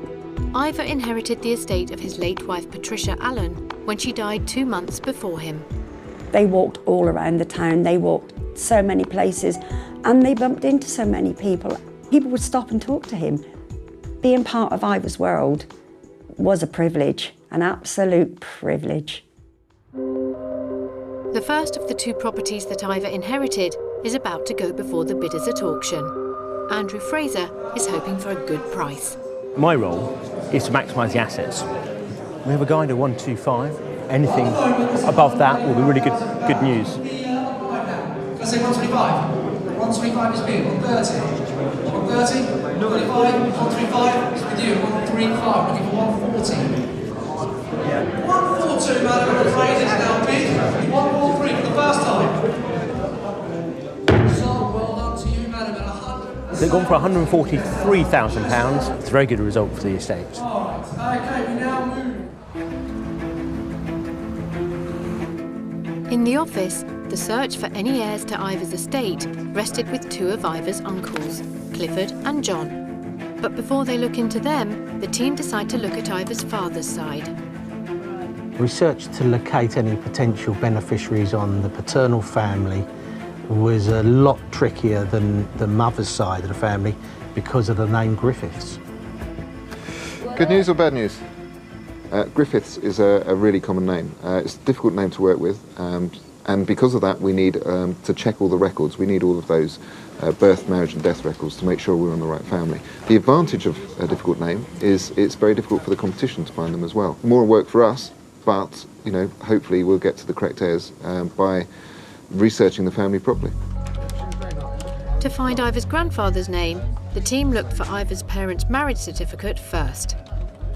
So there are 3 marriages between a Griffiths and a Dredge. Now, we know that Ivor's born 1935. The 2 marriages which we can discount, first reason is that they are both female to male, so female Griffiths marry male Dredges, so they don't give the right surname for Ivor. But also there is only 1 marriage before his birth, and that's in 1928 in Romford, from a William Griffiths to a Margaret Dredge. Interestingly enough, it's in Romford and not in Surrey, but it's the only logical marriage that we're gonna, that's possible, so we have to go with it. The marriage certificate between Ivor's parents told them that Ivor's grandfather was called Thomas Griffiths and that he was a builder's merchant. Yeah, I'd have a look and let me just speak to this guy now, and then I can... Their next step is to try and find a birth certificate for William Griffiths, which would give his mother's name. Case manager Joe Ibrahim took on the mammoth task. So we looked through William Griffiths and we tried to locate a birth record for him, but there were lots of William Griffiths, and same goes for the census, where there was lots and lots of William Griffiths living with a Thomas Griffiths, which made our job trying to research that part of the family very difficult. The team looked closely at William's marriage certificate and from that worked out the year of his birth. And that's a bit... But rather than continue to look for a birth record, they decided to look for a death record instead. What's his mother's maiden name? This was a turning point in the investigation, as it gave an exact date of birth for William. William's birth record was found, which gave them his mother's name, Elizabeth Thomas. The crucial information on the birth certificate was the specific village name where William was born, which helped us locate the census records. The team are looking at the 1911 census in this part of Wales, where he was born, to see if they can find the family. And they're cross-checking the details with those from Ivor's parents' marriage certificate. We've managed to link Thomas's occupation as a travelling timber tradesman to the builder's merchant. It's the best out of everything else, all the other censuses, so that's one to go with. The census shows that William had 3 sisters and 1 brother called David. We've been asked to try and find the next of kin, which we believe would be you. The team think David could be the person who signed as a witness for William's marriage to Margaret Dredge in 1928 and feel confident they found the right Griffiths family. Let me take some notes of these. The next step is to find out what happened to these aunts and uncles on Ivor's father's side.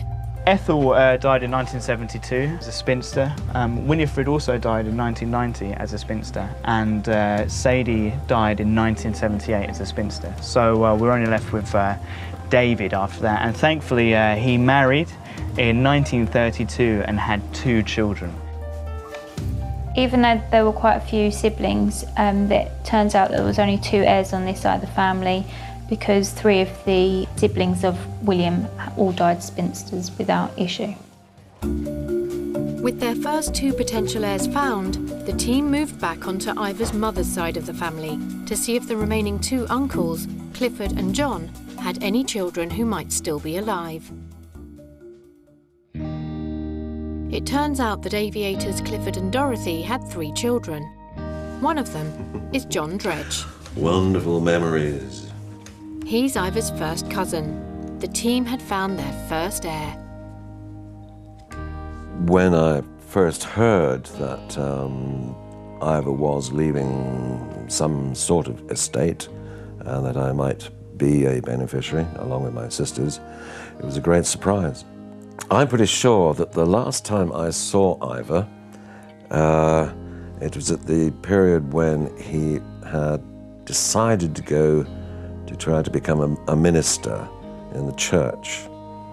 And Ivor came bounding in from a side door to his pulpit and with great gusto started to preach to us. And then it was time for a hymn, at which point Ivor dived behind his pulpit and we could actually see that he was eating his sandwiches.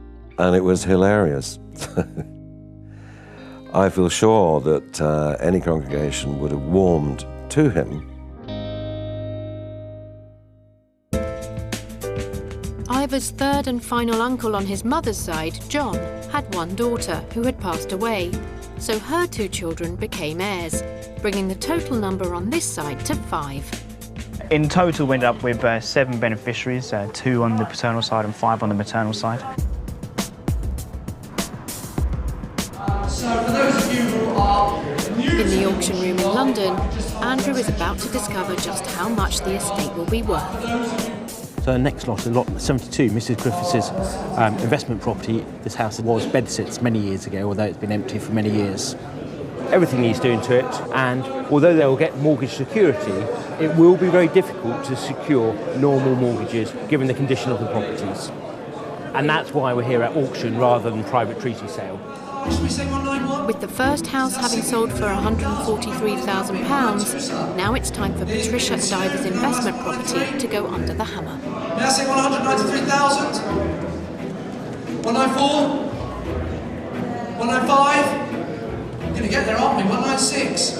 197? 197 and a half? 197 and a half? He's bid 198. All right, here we go then. I may be wrong. It's £198,000 the first time, £198,000 the second time. Let's be absolutely clear, madam. You will lose this to these guys for another £500 possibly if I don't get another bid from you. Third and final time then, at £198,000. I'm pointing at them, but looking at you. Oh, well done. So well done at £198,000. That's an excellent result. The heirs to Mr Griffiths' estate, his blood relatives, will now have quite a substantial amount of cash to distribute between them. From our point of view, this was both an interesting and unusual estate, where we initially didn't know whose estate we were researching. We had the vested interest angle as well. And I understand that the estate has a value of over £400,000. But for Ivor's cousin John, the benefit isn't really a financial one. I think I'm thrilled to bits to hear now that even in his later years, he was out there communicating with people. He was always wanting to make people happy and please them. While for Ivor's friend Sandra, it's a reminder of a man who's greatly missed. He made people love him. And if you can do that, you can do anything. He was just marvellous. Marvellous, marvellous. Feel like I've lost your best friend. Wonderful Ivor. That's all I can say about him, just wonderful. In many of the cases the heir hunters investigate, surprising family history is uncovered in their searches that heirs know nothing about. One of these cases is that of Valerie Linda Nash.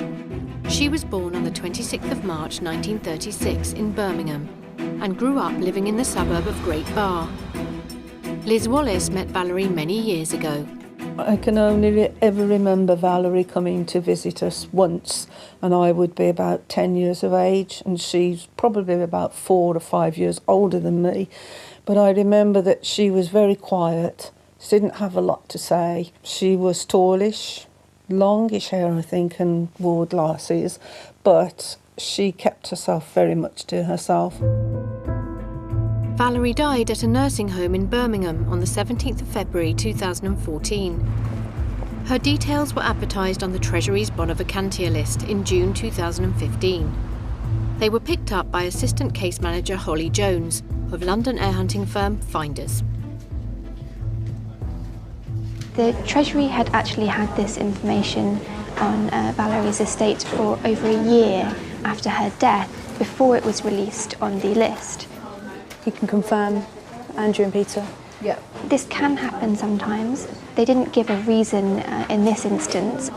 We found from the land registry that Valerie owned her own property, and this was valued at about £90,000. So quite a good amount for us to be working with, making it a competitive case.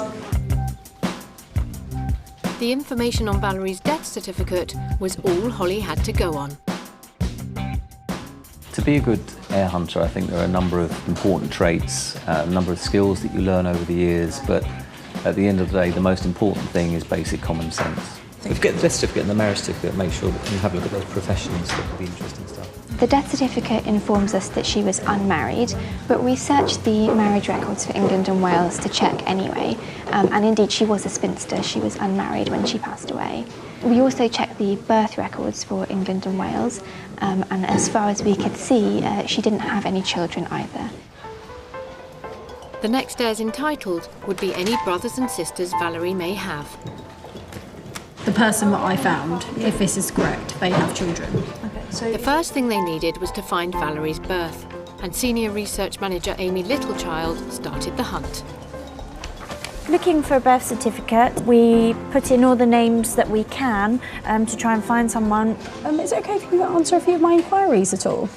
We also have an exact date of birth from the death, so obviously we need to check around 1936. Mainly as she was born in March, it will be around the March-June quarters of the years. A search of the birth index records came up with a match that looked promising, so the certificate was ordered. Tells us that Valerie, again using her middle name of Linda, was born on the 26th of March 1936. Again, it goes exactly the same as the death certificate. So we've ordered that to see who she left it to. The team now had Valerie's parents' names, Horace Henry Nash and Linda Lillian Nash, formerly Berry. They did a birth search to look for any other children who would be Valerie's siblings. This came up negative, so we're looking at Valerie being an only child, and we'll need to go on to the next stage. During the research process, it could be relatively easy to make a mistake or to overlook a certain key fact, which is why it's important, and we always emphasise that we double-check the family tree, double-check the report, make sure that everything's been done correctly before we submit the results of our research to the estate custodians. Having established that Valerie was an only child, had never married or had children of her own, the team now need to go back a generation and look for Valerie's grandparents. They focused on Valerie's mother's family first. On the 1911 census, we were able to locate Valerie's mother, Linda, living with her parents in Birmingham. We now had Valerie's grandmother's name on her maternal side. Also living at the address at the time in 1911 is listed a brother, so this would be a maternal uncle to Valerie. Valerie's mother's family tree was starting to take shape. Linda's father was Arthur Berry. Her mother was Agnes Berry, formerly Stanton. Linda's brother, also called Arthur, had been born 3 years before her. The 1911 census tells us that Arthur, Linda's father, was a silversmith. The family were living in the Brookfields area of Birmingham. Again, this is tying in with the jewellery trade. Basically focus on the ones that they would have needed certs for. A census record is a fantastic source of information for us, given that it gives us a snapshot of the family at that particular time. At the time of the 1911 census, the family were living within a mile of Birmingham's thriving industry of jewellery production. Birmingham's jewellery quarter is roughly square mile of the city, just north-northwest of the city centre.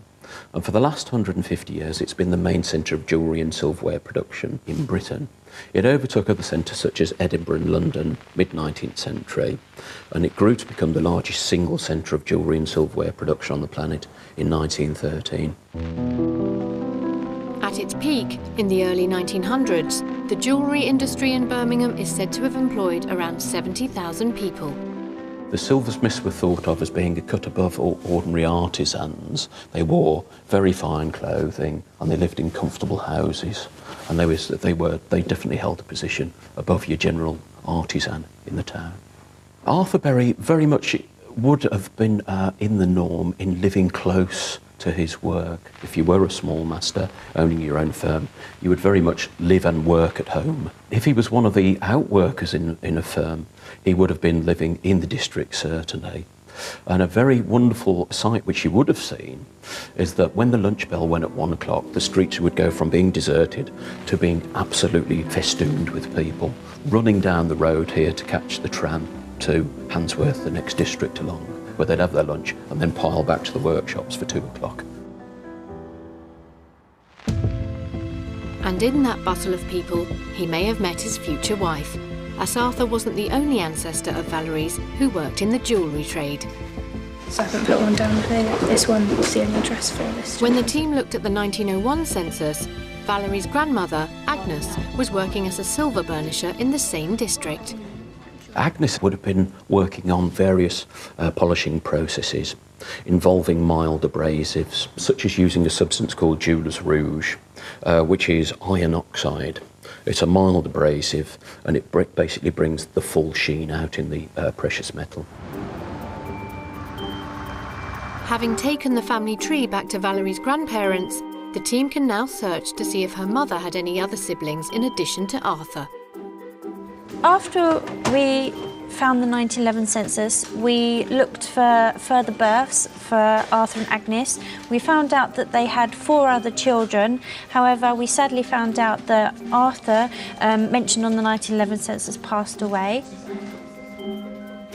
With 4 aunts and uncles who, if still alive, could be heirs, the search was looking very good, and the team had still yet to begin on Valerie's father's side of the family. Quite an incredible discovery for us. It doesn't happen very often. The team have been looking at the 5 siblings of Valerie's mother, Linda Berry. Is he in connection with a cousin of your mother's? They found that her older sibling, brother Arthur, died when he was 14. Linda's 3 youngest sisters have also died, but they had all married. Any children of these siblings would be the heirs the team were looking for. Valerie's youngest aunt, Eileen Berry, married William Jones just after the war in 1946. When we located family from that stem, they informed us of an interesting story about Valerie's aunt. She'd actually been involved in the Women's Land Army. To keep up food production while the farmers had gone to war, the Women's Land Army was set up in 1917 and then reformed in 1939. It forms part of the voluntary work which women could undertake to support the war effort alongside that of munitions, nursing and women's military services. In no country are women so thoroughly organised for war. However, from December 1941, all unmarried single women, widows, were conscripted to join the war effort between the ages of 20 and 30. Eileen joined the Women's Land Army in August 1942. She was based in Birmingham and was unusual in the fact that she actually worked in Warwickshire, so her home county. So as part of her work, she would have undertaken a whole variety of farm work, for example, dairy farming, animal farming, ploughing, threshing. Before joining the Women's Land Army, Eileen worked as an invoice clerk, so you couldn't really get a more stark change in occupation. It was very strenuous, hard manual labour. They were doing digging, they were carrying heavy farm equipment, things which they were unused to before, and some suffered from long-lasting back and joint injuries as a result of that work. At the beginning of World War II, 70% of Britain's food was imported. By the end of the war, 70% was homegrown. After the Women's Land Army disbanded, recognition was very delayed. Recognition really culminated in the unveiling of the Women's Land Army and Timber Corps Memorial at the National Memorial Arboretum in October 2014, which is now a permanent memorial for all the women who worked on the land as part of the Women's Land Army during the First World War and the Second World War.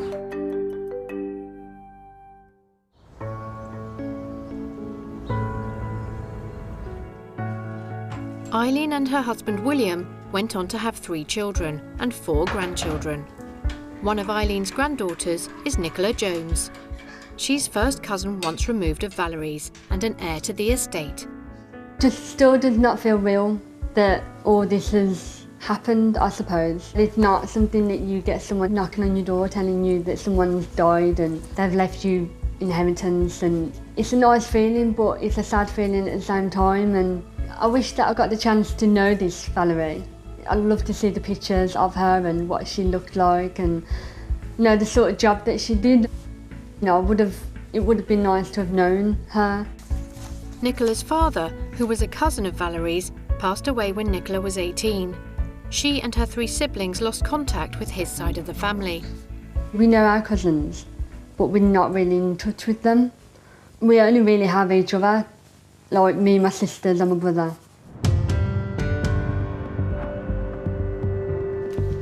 In the office, the team are looking into Valerie's other 3 aunts on her mother's side. One of them appeared to marry in 1939, but the team could find no other records for her. Managed to trace one of the aunts of Valerie, and she was still alive at the right old age of 100. It's quite an incredible discovery for us. It doesn't happen very often. Often on a family tree we'll come across a number of elderly people, and I think the important thing there is to take a responsible approach to it and to maybe ensure that there's someone else there, maybe a family member or a friend, who can reassure the person we're speaking to if it's in person, or to ask on the phone if there's anyone else that they wish to consult with further to the conversation that we're having. A niece of this lady has power of attorney for her, so it meant that we were able to provide all the paperwork for the case through her niece. She didn't have to deal with it herself. Valerie's other 2 aunts, Constance and Joyce, both passed away, but their 3 children have been found and are heirs to Valerie's estate, bringing the total on her mother's side to 9. Resolving the number of heirs on Valerie's father's side of the family was now the focus of attention. No, that's absolutely fine. That's great. We discovered Valerie's father's parents were William and Laura Nash. From the 1911 census of William and Laura, it tells us that they had 8 children, 7 were alive, 1 had passed away. However, now we know Laura's maiden name of Bishop, if we can always check to see if they had any further children after 1911. The team did in fact find one more child, Hilda, born in 1912. The next step is to look into if Valerie's paternal aunts and uncles got married and had any children. In fact, they did, and from these aunts and uncles, the team found a total of 18 heirs. But the call from the heir hunters has meant more than just a welcome financial boost. For Nicola and her sister Donna, it's also an opportunity to find out more about the family's trade, so they've come to Birmingham's Jewellery Museum. This is where your great-grandmother Agnes would be working. She was a silver finisher, so she would be applying the finish to the article, basically. And what these devices here are polishing machines, basically, that you would have a different grade of abrasiveness of this thing here, which you could fit on the end called a polishing mop. And you would also use this substance here to be polishing the precious metal with. How long would she have been sitting here working for? How long was a working day? All day long it could be, basically 8 in the morning to 5:45 at night. It would be a particularly horrible job.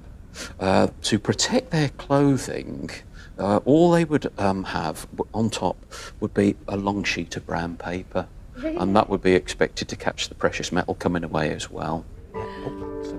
Just round here for the... Right, so over here is the bench or the peg where your great-granddad Arthur would be working. And he would be using tools and techniques that had been in the trade literally thousands of years.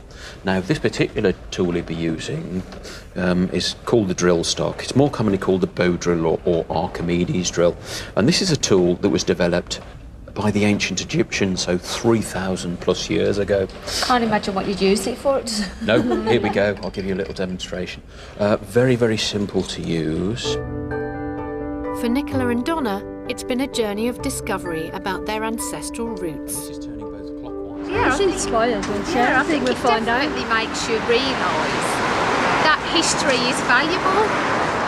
You know, there's just so much, isn't there? Life changes in such a big way 100 years ago, but this is all still here, although lots of things have changed. It does make you realise that you do leave a legacy, I suppose. You know, everybody leaves a footprint. And I think it does make you value that, doesn't it? Yeah. In total, the team found 27 heirs to Valerie's estate. It's a great result for us. It means that all the money will go to the family as opposed to the government. But for Valerie's friends and family, it isn't about an inheritance. The experience has been a reflective one. I think it's important that you do keep in touch with your family, and I'm just sad that Valerie didn't, or we didn't keep in touch with Valerie. It has been exciting and fair and emotional to think that there's some relation that you never knew, you've never met, that's out there. It's yeah, it's really nice, isn't it? Yeah, it's really nice, and it is a journey, and one that you sort of want to find more out about. The next case concerns a man called Charles Edward Gray. He was born on the 22nd of December 1943 in Glasgow, but spent much of his life living in Teignmouth, Devon.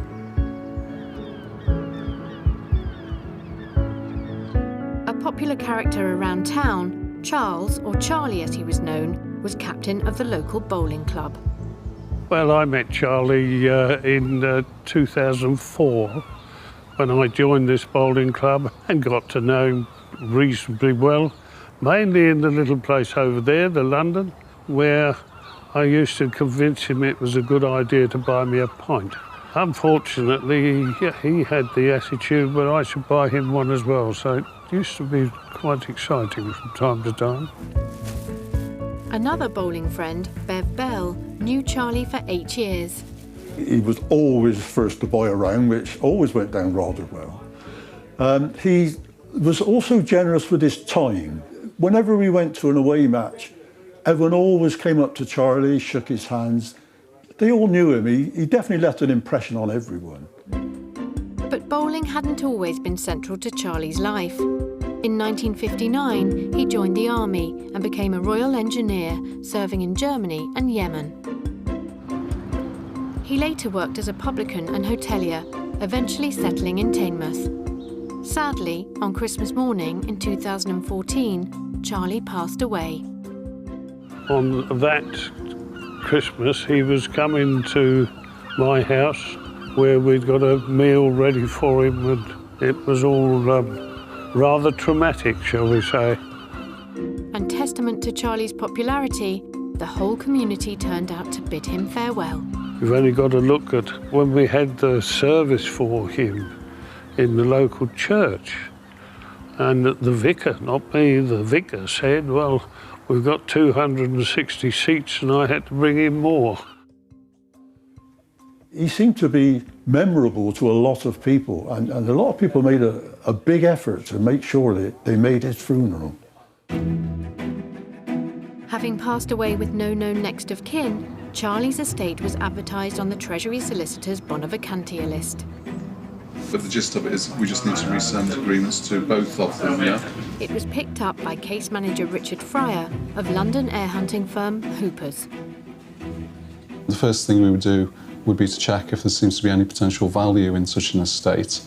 So the first thing we did then was to look at the land registry records, which show that Charlie Gray actually owns a property in Teignmouth, which is a guest house, which seemed to contain a variety of self-contained flats. Charlie's property meant his estate had a value of around £350,000. Obviously, if there is a property in an estate we're researching, it gives the opportunity for potential beneficiaries to benefit in a much larger way than they would otherwise, in a way that could be life-changing for certain individuals. Have we covered all the censuses and everything? The first thing the team needed to establish was whether Charlie had been married.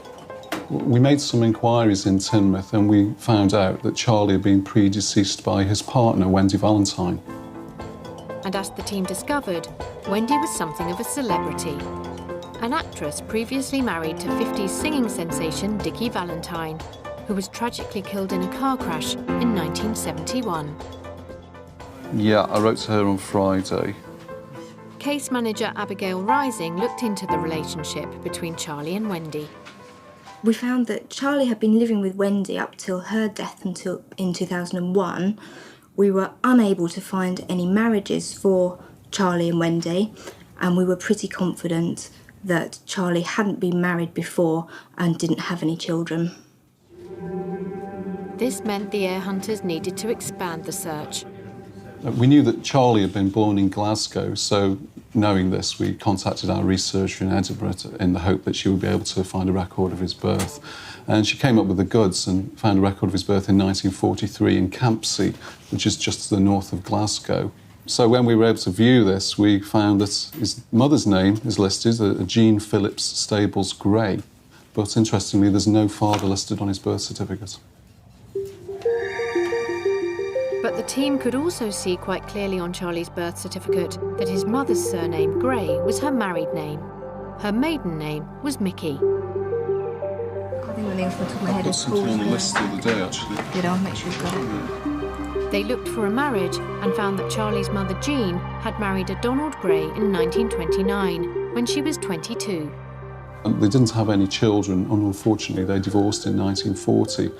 So with Charlie's birth certificates, yes, he's born in the surname Gray, but there's no father stated, and therefore his is an illegitimate birth. With Charlie born 3 years after his mother's divorce from her only husband, it's unlikely he was Donald Gray's son. So you said we're waiting on one certificate now? Jean herself appears to have kept the surname, so it was probably the most socially acceptable name to give her son. Let me show you this case. When a mother has divorced and hasn't changed their name, but goes on to have further children with another gentleman, it's difficult sometimes to identify her children. Having discounted his father's side of the family, the team checked to see if they could find any other children Jean may have had. It's half-blood from the paternal. These half-blood siblings would be the first in line to inherit from Charlie's estate. A search of the birth records using just Charlie's mother's surname Gray or her maiden name, which is Mickey, revealed no other births, and therefore with no siblings or father's name to work with, that just left research to do on Charlie's mother's side of the family. The search for heirs now had to move back a generation to any aunts, uncles or cousins of Charlie. Yep, OK, great, that's brilliant. Thanks a lot. But when the team looked for Charlie's mother's birth certificate, they couldn't find one. Travelling researcher Jonathan Wright was dispatched to a records office in the hope of finding out more from certificates. Jean Gray's death certificates was to be found in the Scottish death indexes. Fortunately, Scottish death certificates are very detailed. They actually give information regarding the person's parents. So although we weren't able to locate a birth certificate for Jean Gray, nevertheless, we did know her parents' names from her death certificate. This enabled us to locate Jean with her parents on the 1911 Scottish census.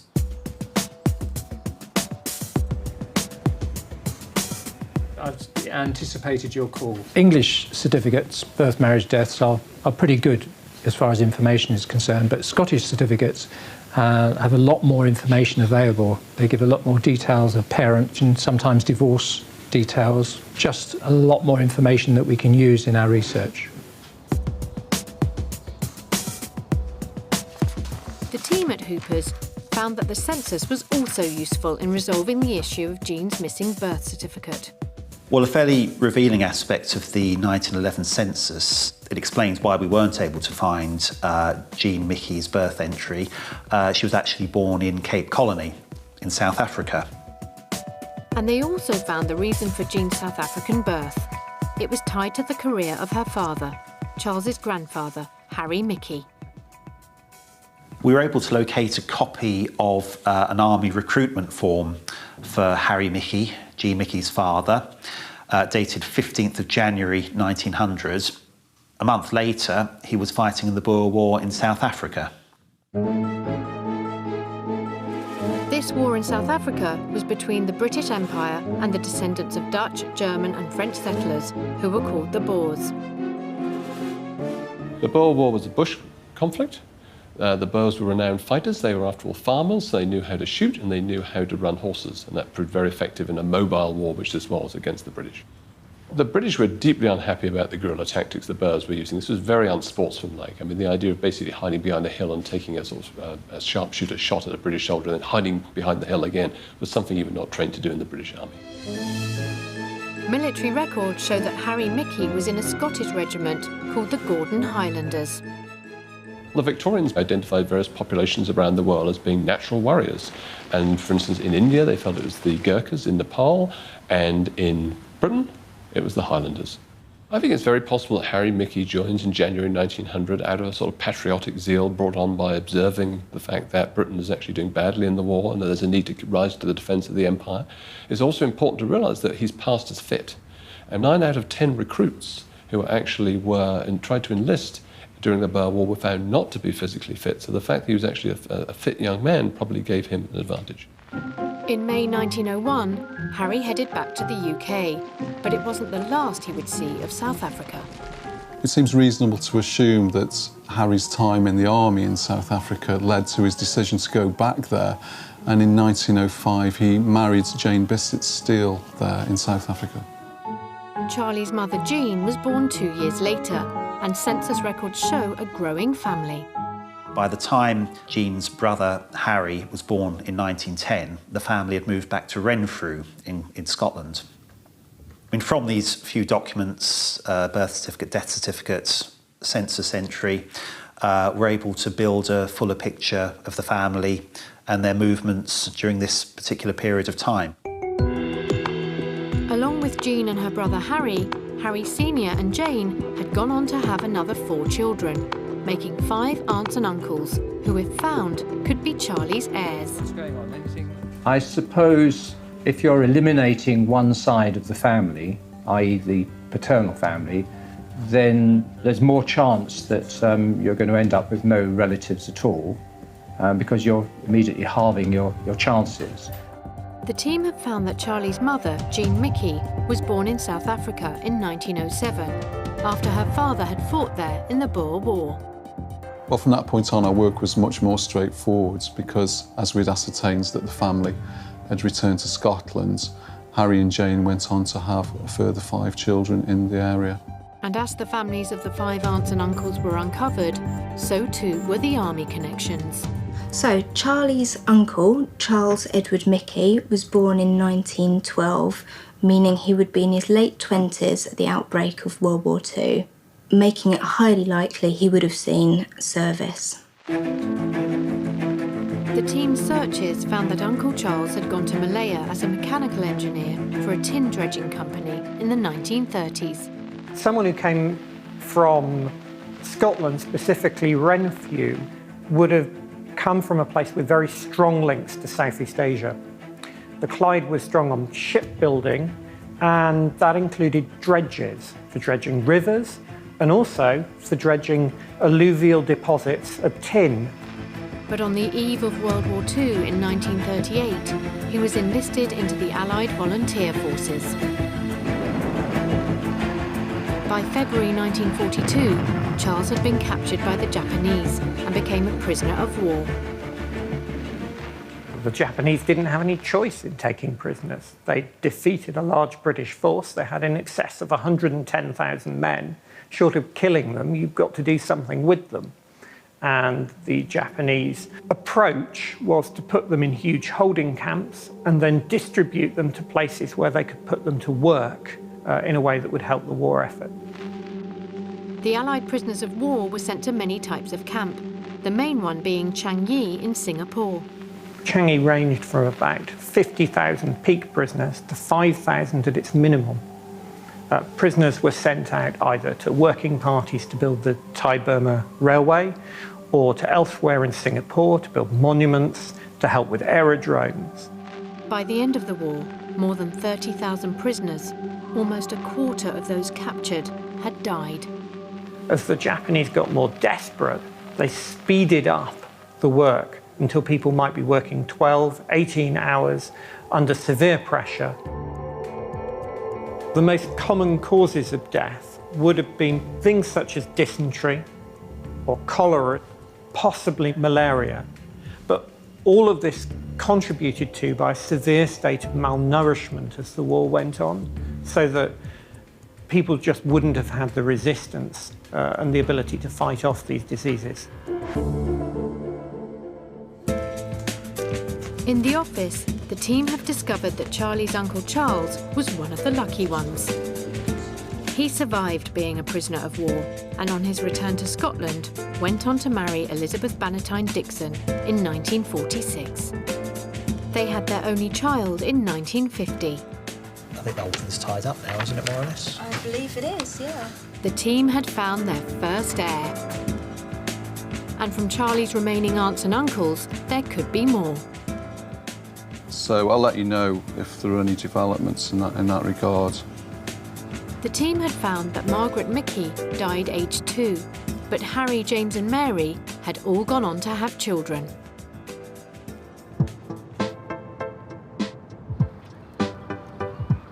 One of Mary Mickey's 3 children is Pat Hall, a cousin of Charlie's, who was shocked to hear of his death. Wow, it was devastating, because we'd been trying to get in touch with him, you know, because it was his birthday and it was Christmas and everything. We were going to go down and see him after the New Year, but we hadn't been able to make arrangements because we hadn't been able to get a hold of him. We'd phoned, but we hadn't heard from him. And then to hear that news, well, it was just so shocking. It was terrible. And to think that he was on his own, that was what was the horrible part, you know, that he was on his own when it happened. I know it happened quick, but it just seemed so sad. We were sad, really sad. There's Charlie.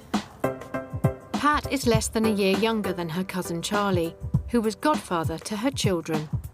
Charlie and I were close. I mean, we didn't see each other for years in between. But, you know, when you are close to someone, it doesn't matter if you don't see them for years, does it? You know, you're just there. It's like yesterday. We'd see Charlie maybe once, twice a year.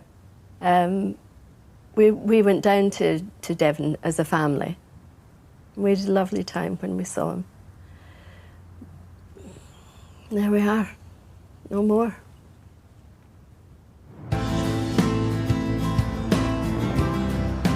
Back at the office in London, the team are making contact with the rest of the heirs to Charlie's estate. Our business is to trace the beneficiaries in estates where...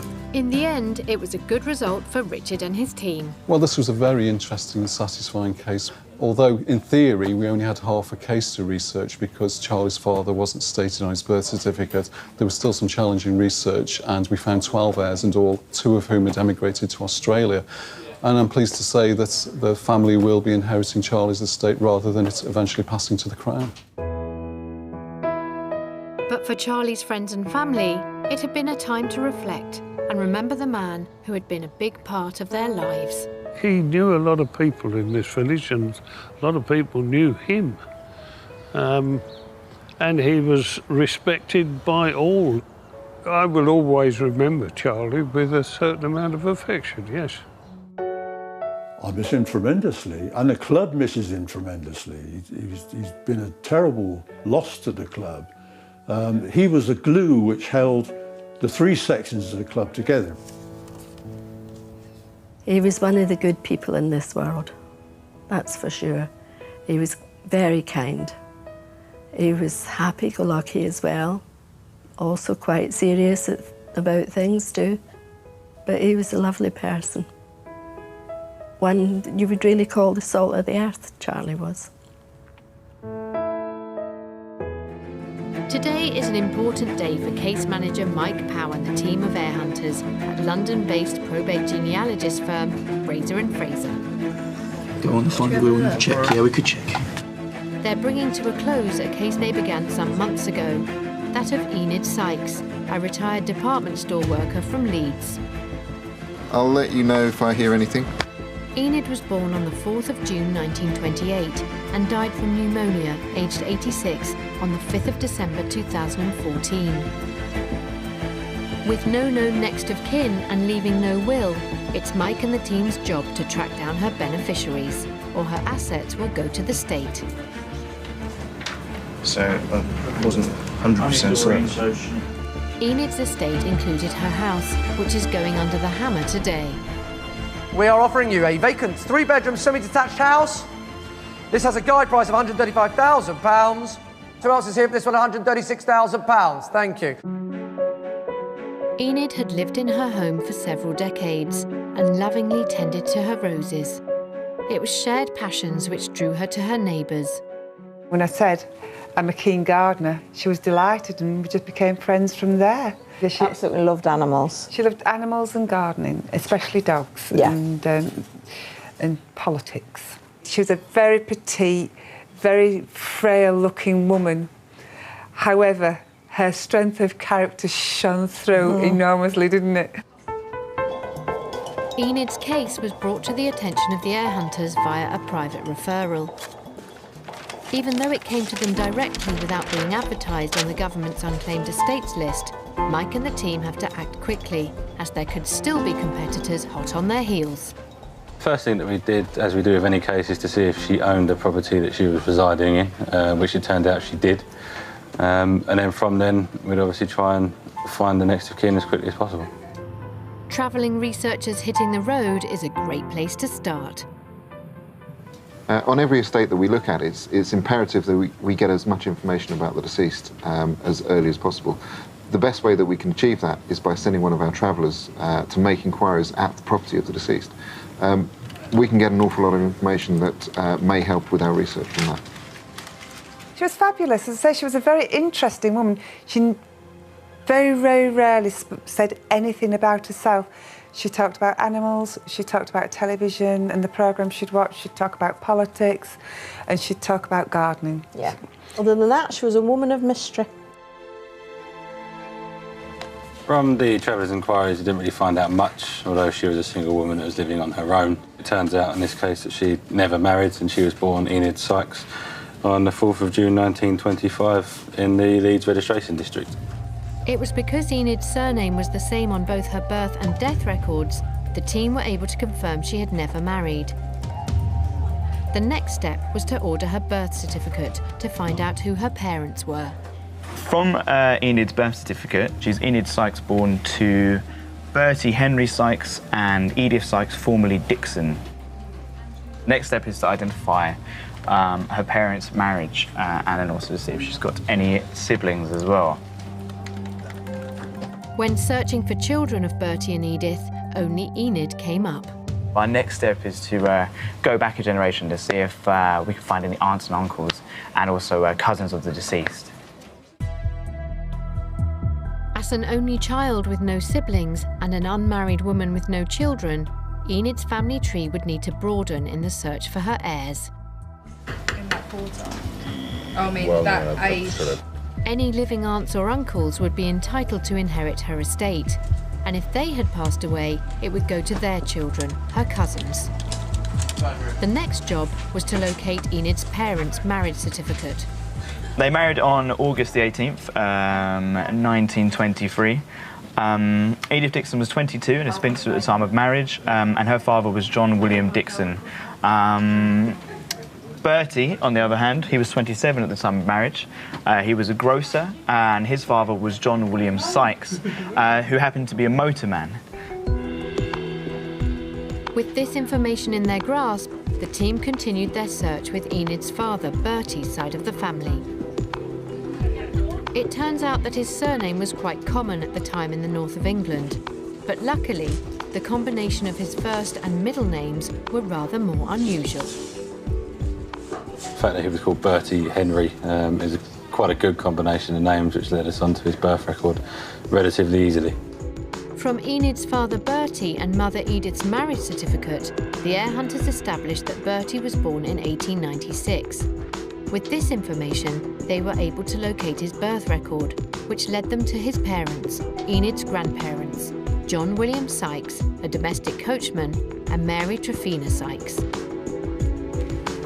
Having found Enid's grandparents, the heir hunters could then start branching out to find her aunts and uncles. This is the marriage certificate of the paternal grandparents. They married on the 12th of December 1895. John William Sykes was 23 and a bachelor. His rank was a groom. Mary Tryphena Leach was 20 years old at the time of marriage. She was a spinster. The certificates that were being uncovered revealed more than just Enid's relatives' names.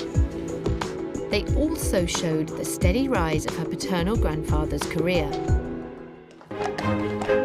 Living in or near the countryside as John did, working with horses was a popular choice of profession. John, when he was a groom, would be responsible for grooming the horses, turning them out, making sure the feet were picked out, that they got the shoes on. If they lost a shoe, they wouldn't be going to work. And as they say, no foot, no horse. And preparing it in that way, and then harnessing up and getting yourselves ready to go. In 1896, just 1 year after John William Sykes' marriage, his son Bertie, Enid's father, was born. His birth certificate gives more insight into John's career progression. Here is Bertie's birth certificate. John William Sykes is the father, and the occupation is coachman domestic. So after much hard graft in tough conditions, John was rising through the ranks. A coachman then is actually driving, is in control of the horses. Whether he is a professional coachman working for a private family, like the Duke of Devonshire's or the Duke of Northumberland or anybody, would have their own professional coachman. And that was quite a high status symbol. Coachmen may have been respected, but their job wasn't an easy one. In John's era, it would be a hard life because you're out in all the elements. As a rule of thumb, really, for thinking how long he might have been driving in a day, 40 miles was a good day's work for him. Very long hours, because when you got in at night time, you still got the horses to see to. Undo the rein and work your way up. Curve chain. But the hard workers would have reaped the rewards of their efforts in a valued profession. If they were a professional coachman working for a big establishment, they were very well looked after. He would have a really nice house, good livery, good food. His pay would be good.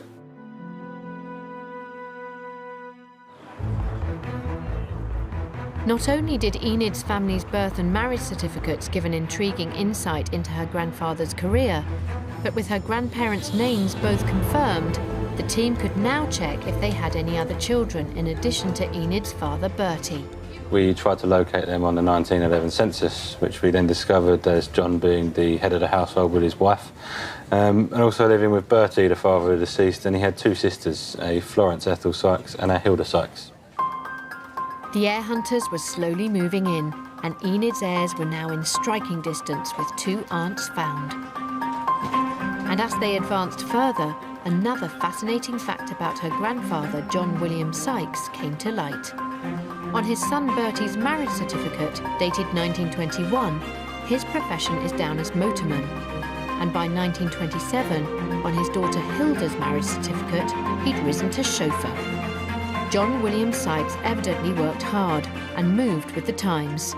We'd seen that the father of the deceased had gone from working to horses all the way up until working with cars, which shows the transition in that period of time. At the auction, Enid's Leeds home is up for sale and causing quite a stir. The guide price is £135,000, and the latest bid is already considerably higher. Third and final time then, are we all done at £155,000? Oh, that was late, wasn't it, sir? It's against you at the far back of the room. It's here at 161. I'm looking to you, sir, for 162. 6,500. Say 162, sir. 162 and a half then. 163. Good. It's fine. It's here then at 164,000 for the first time. 164,000 for the second time. 166. 166. 169 now, sir. 170, may I say. And a half. It's £170,500 then at the very back of the seating for the first time. 170,500 for the second time. This is it, sir. You're going to lose it. It's going to go for the third and final time at £170,500. Sold. Well done, sir. At £170,500. That's over £35,000 more than Enid's house's guide price, gone to the highest bidder in the room. With a sale in the bag, and more cash than expected. All the team need now are heirs to inherit Enid's estate. He fought everyone else off and he won it. And that went for a good price, I think. With cash in the bank, the team were now more determined than ever to find Enid's beneficiaries to inherit her estate. After researching her father's family tree, 2 aunts had been discovered, one of whom, Hilda, had married. If she'd had any children, they would be Enid's heirs. And while research continued, the heir hunters were now also looking into Enid's mother's side of the family. The maternal side of the family was slightly more difficult due to the fact that she had a relatively common surname in Dixon. Obviously, we had to do the same as we did on the paternal side and try and locate any brothers and sisters that she may have had. Mike and his colleagues followed the same path as they had when researching Enid's father's side of the family, and they discovered a sprawling family tree. We check under these addresses to see if it pops up. Enid's mother, Edith Dixon's parents, were John William Dixon and Jane Elizabeth Cockcroft. They'd had 6 children, including Edith. And see if we can fit a pattern together there. Once we had established the siblings, the next stage is to try and locate marriages for those siblings. And once that's done, hopefully try and locate what would be cousins of the deceased. And by doing so, the heir hunters finally managed to trace heirs of Enid's on her mother's side. Her Aunt Emily had 2 children, Gordon and Norma, Enid's first cousins.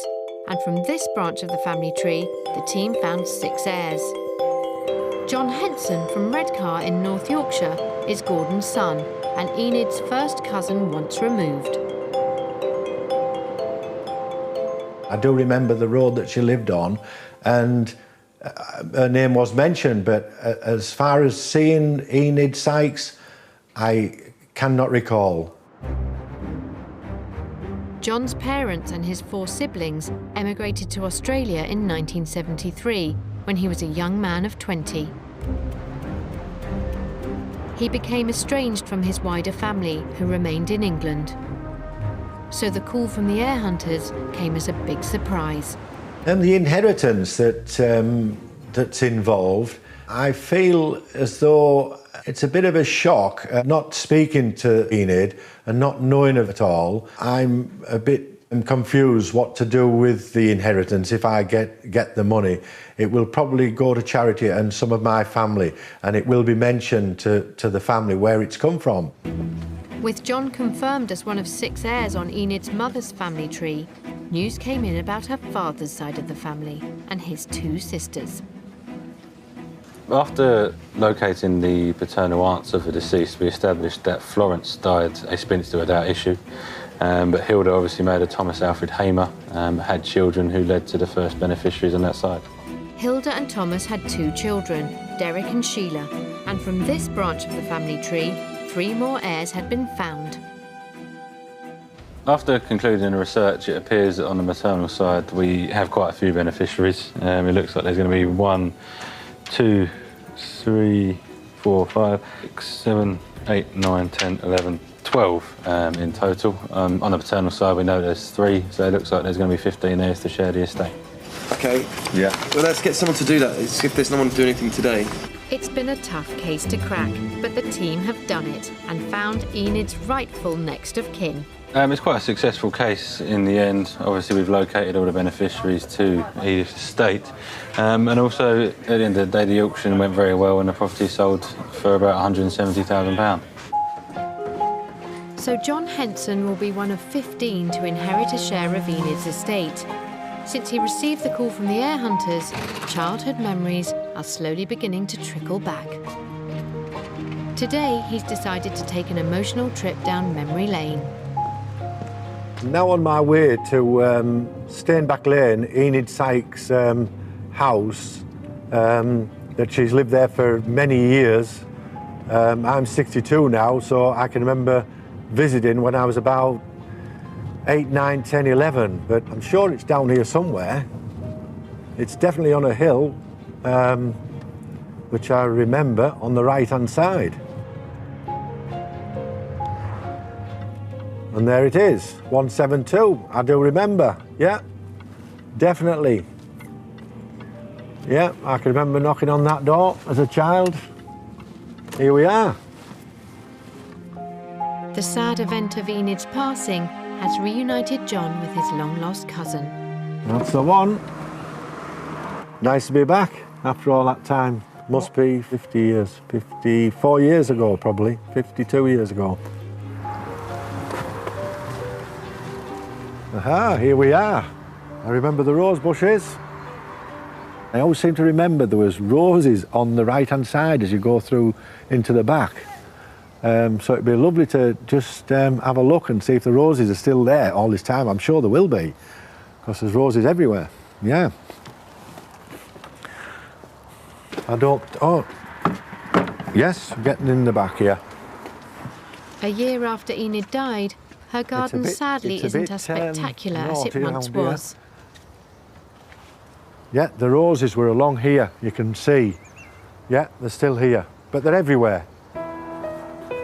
Now John's early memories have come flooding back, he wants to find out more about Enid in her later years. Hello, I'm John Henson, here to talk about Enid. I'm Stephanie. Hello, Stephanie. Hello, and I'm Sarah. Hello. Was that a petite woman? Yes, yeah. She's very robust. I mean, she used to walk up this hill, which is a killer of a hill sometimes. Yes, But she used to walk with a little dog. And she lost the dog, it died, and she really missed it. Oh, yeah. And we had a Rottweiler at the time, and she used to want to look after it, so we used to take the Rottweiler down, and the Rottweiler used to sit in the house with her. Yeah. But she'd be walking up and down a hill, very robust, very independent, Yes. didn't ever want help from anybody. So she was on her own for a long time. She was on her own for a very long time. She once mentioned that she'd had a sweetheart. That's the only thing she ever... Yeah. Enid never really talked about herself, but every now and then she'd give you a little snippet, and that was Enid. It seems as though she's had a happy life. That's nice to know. Yeah, nice to meet up with the neighbours. All the best, John. Take care. Safe travels. Amazing to find out a lot more about Enid, and was really a happy lady to the end from what I can make out. So meeting them two lovely ladies today has been very interesting, and hope to meet them again because they're pretty special in Enid's life by the sounds of it.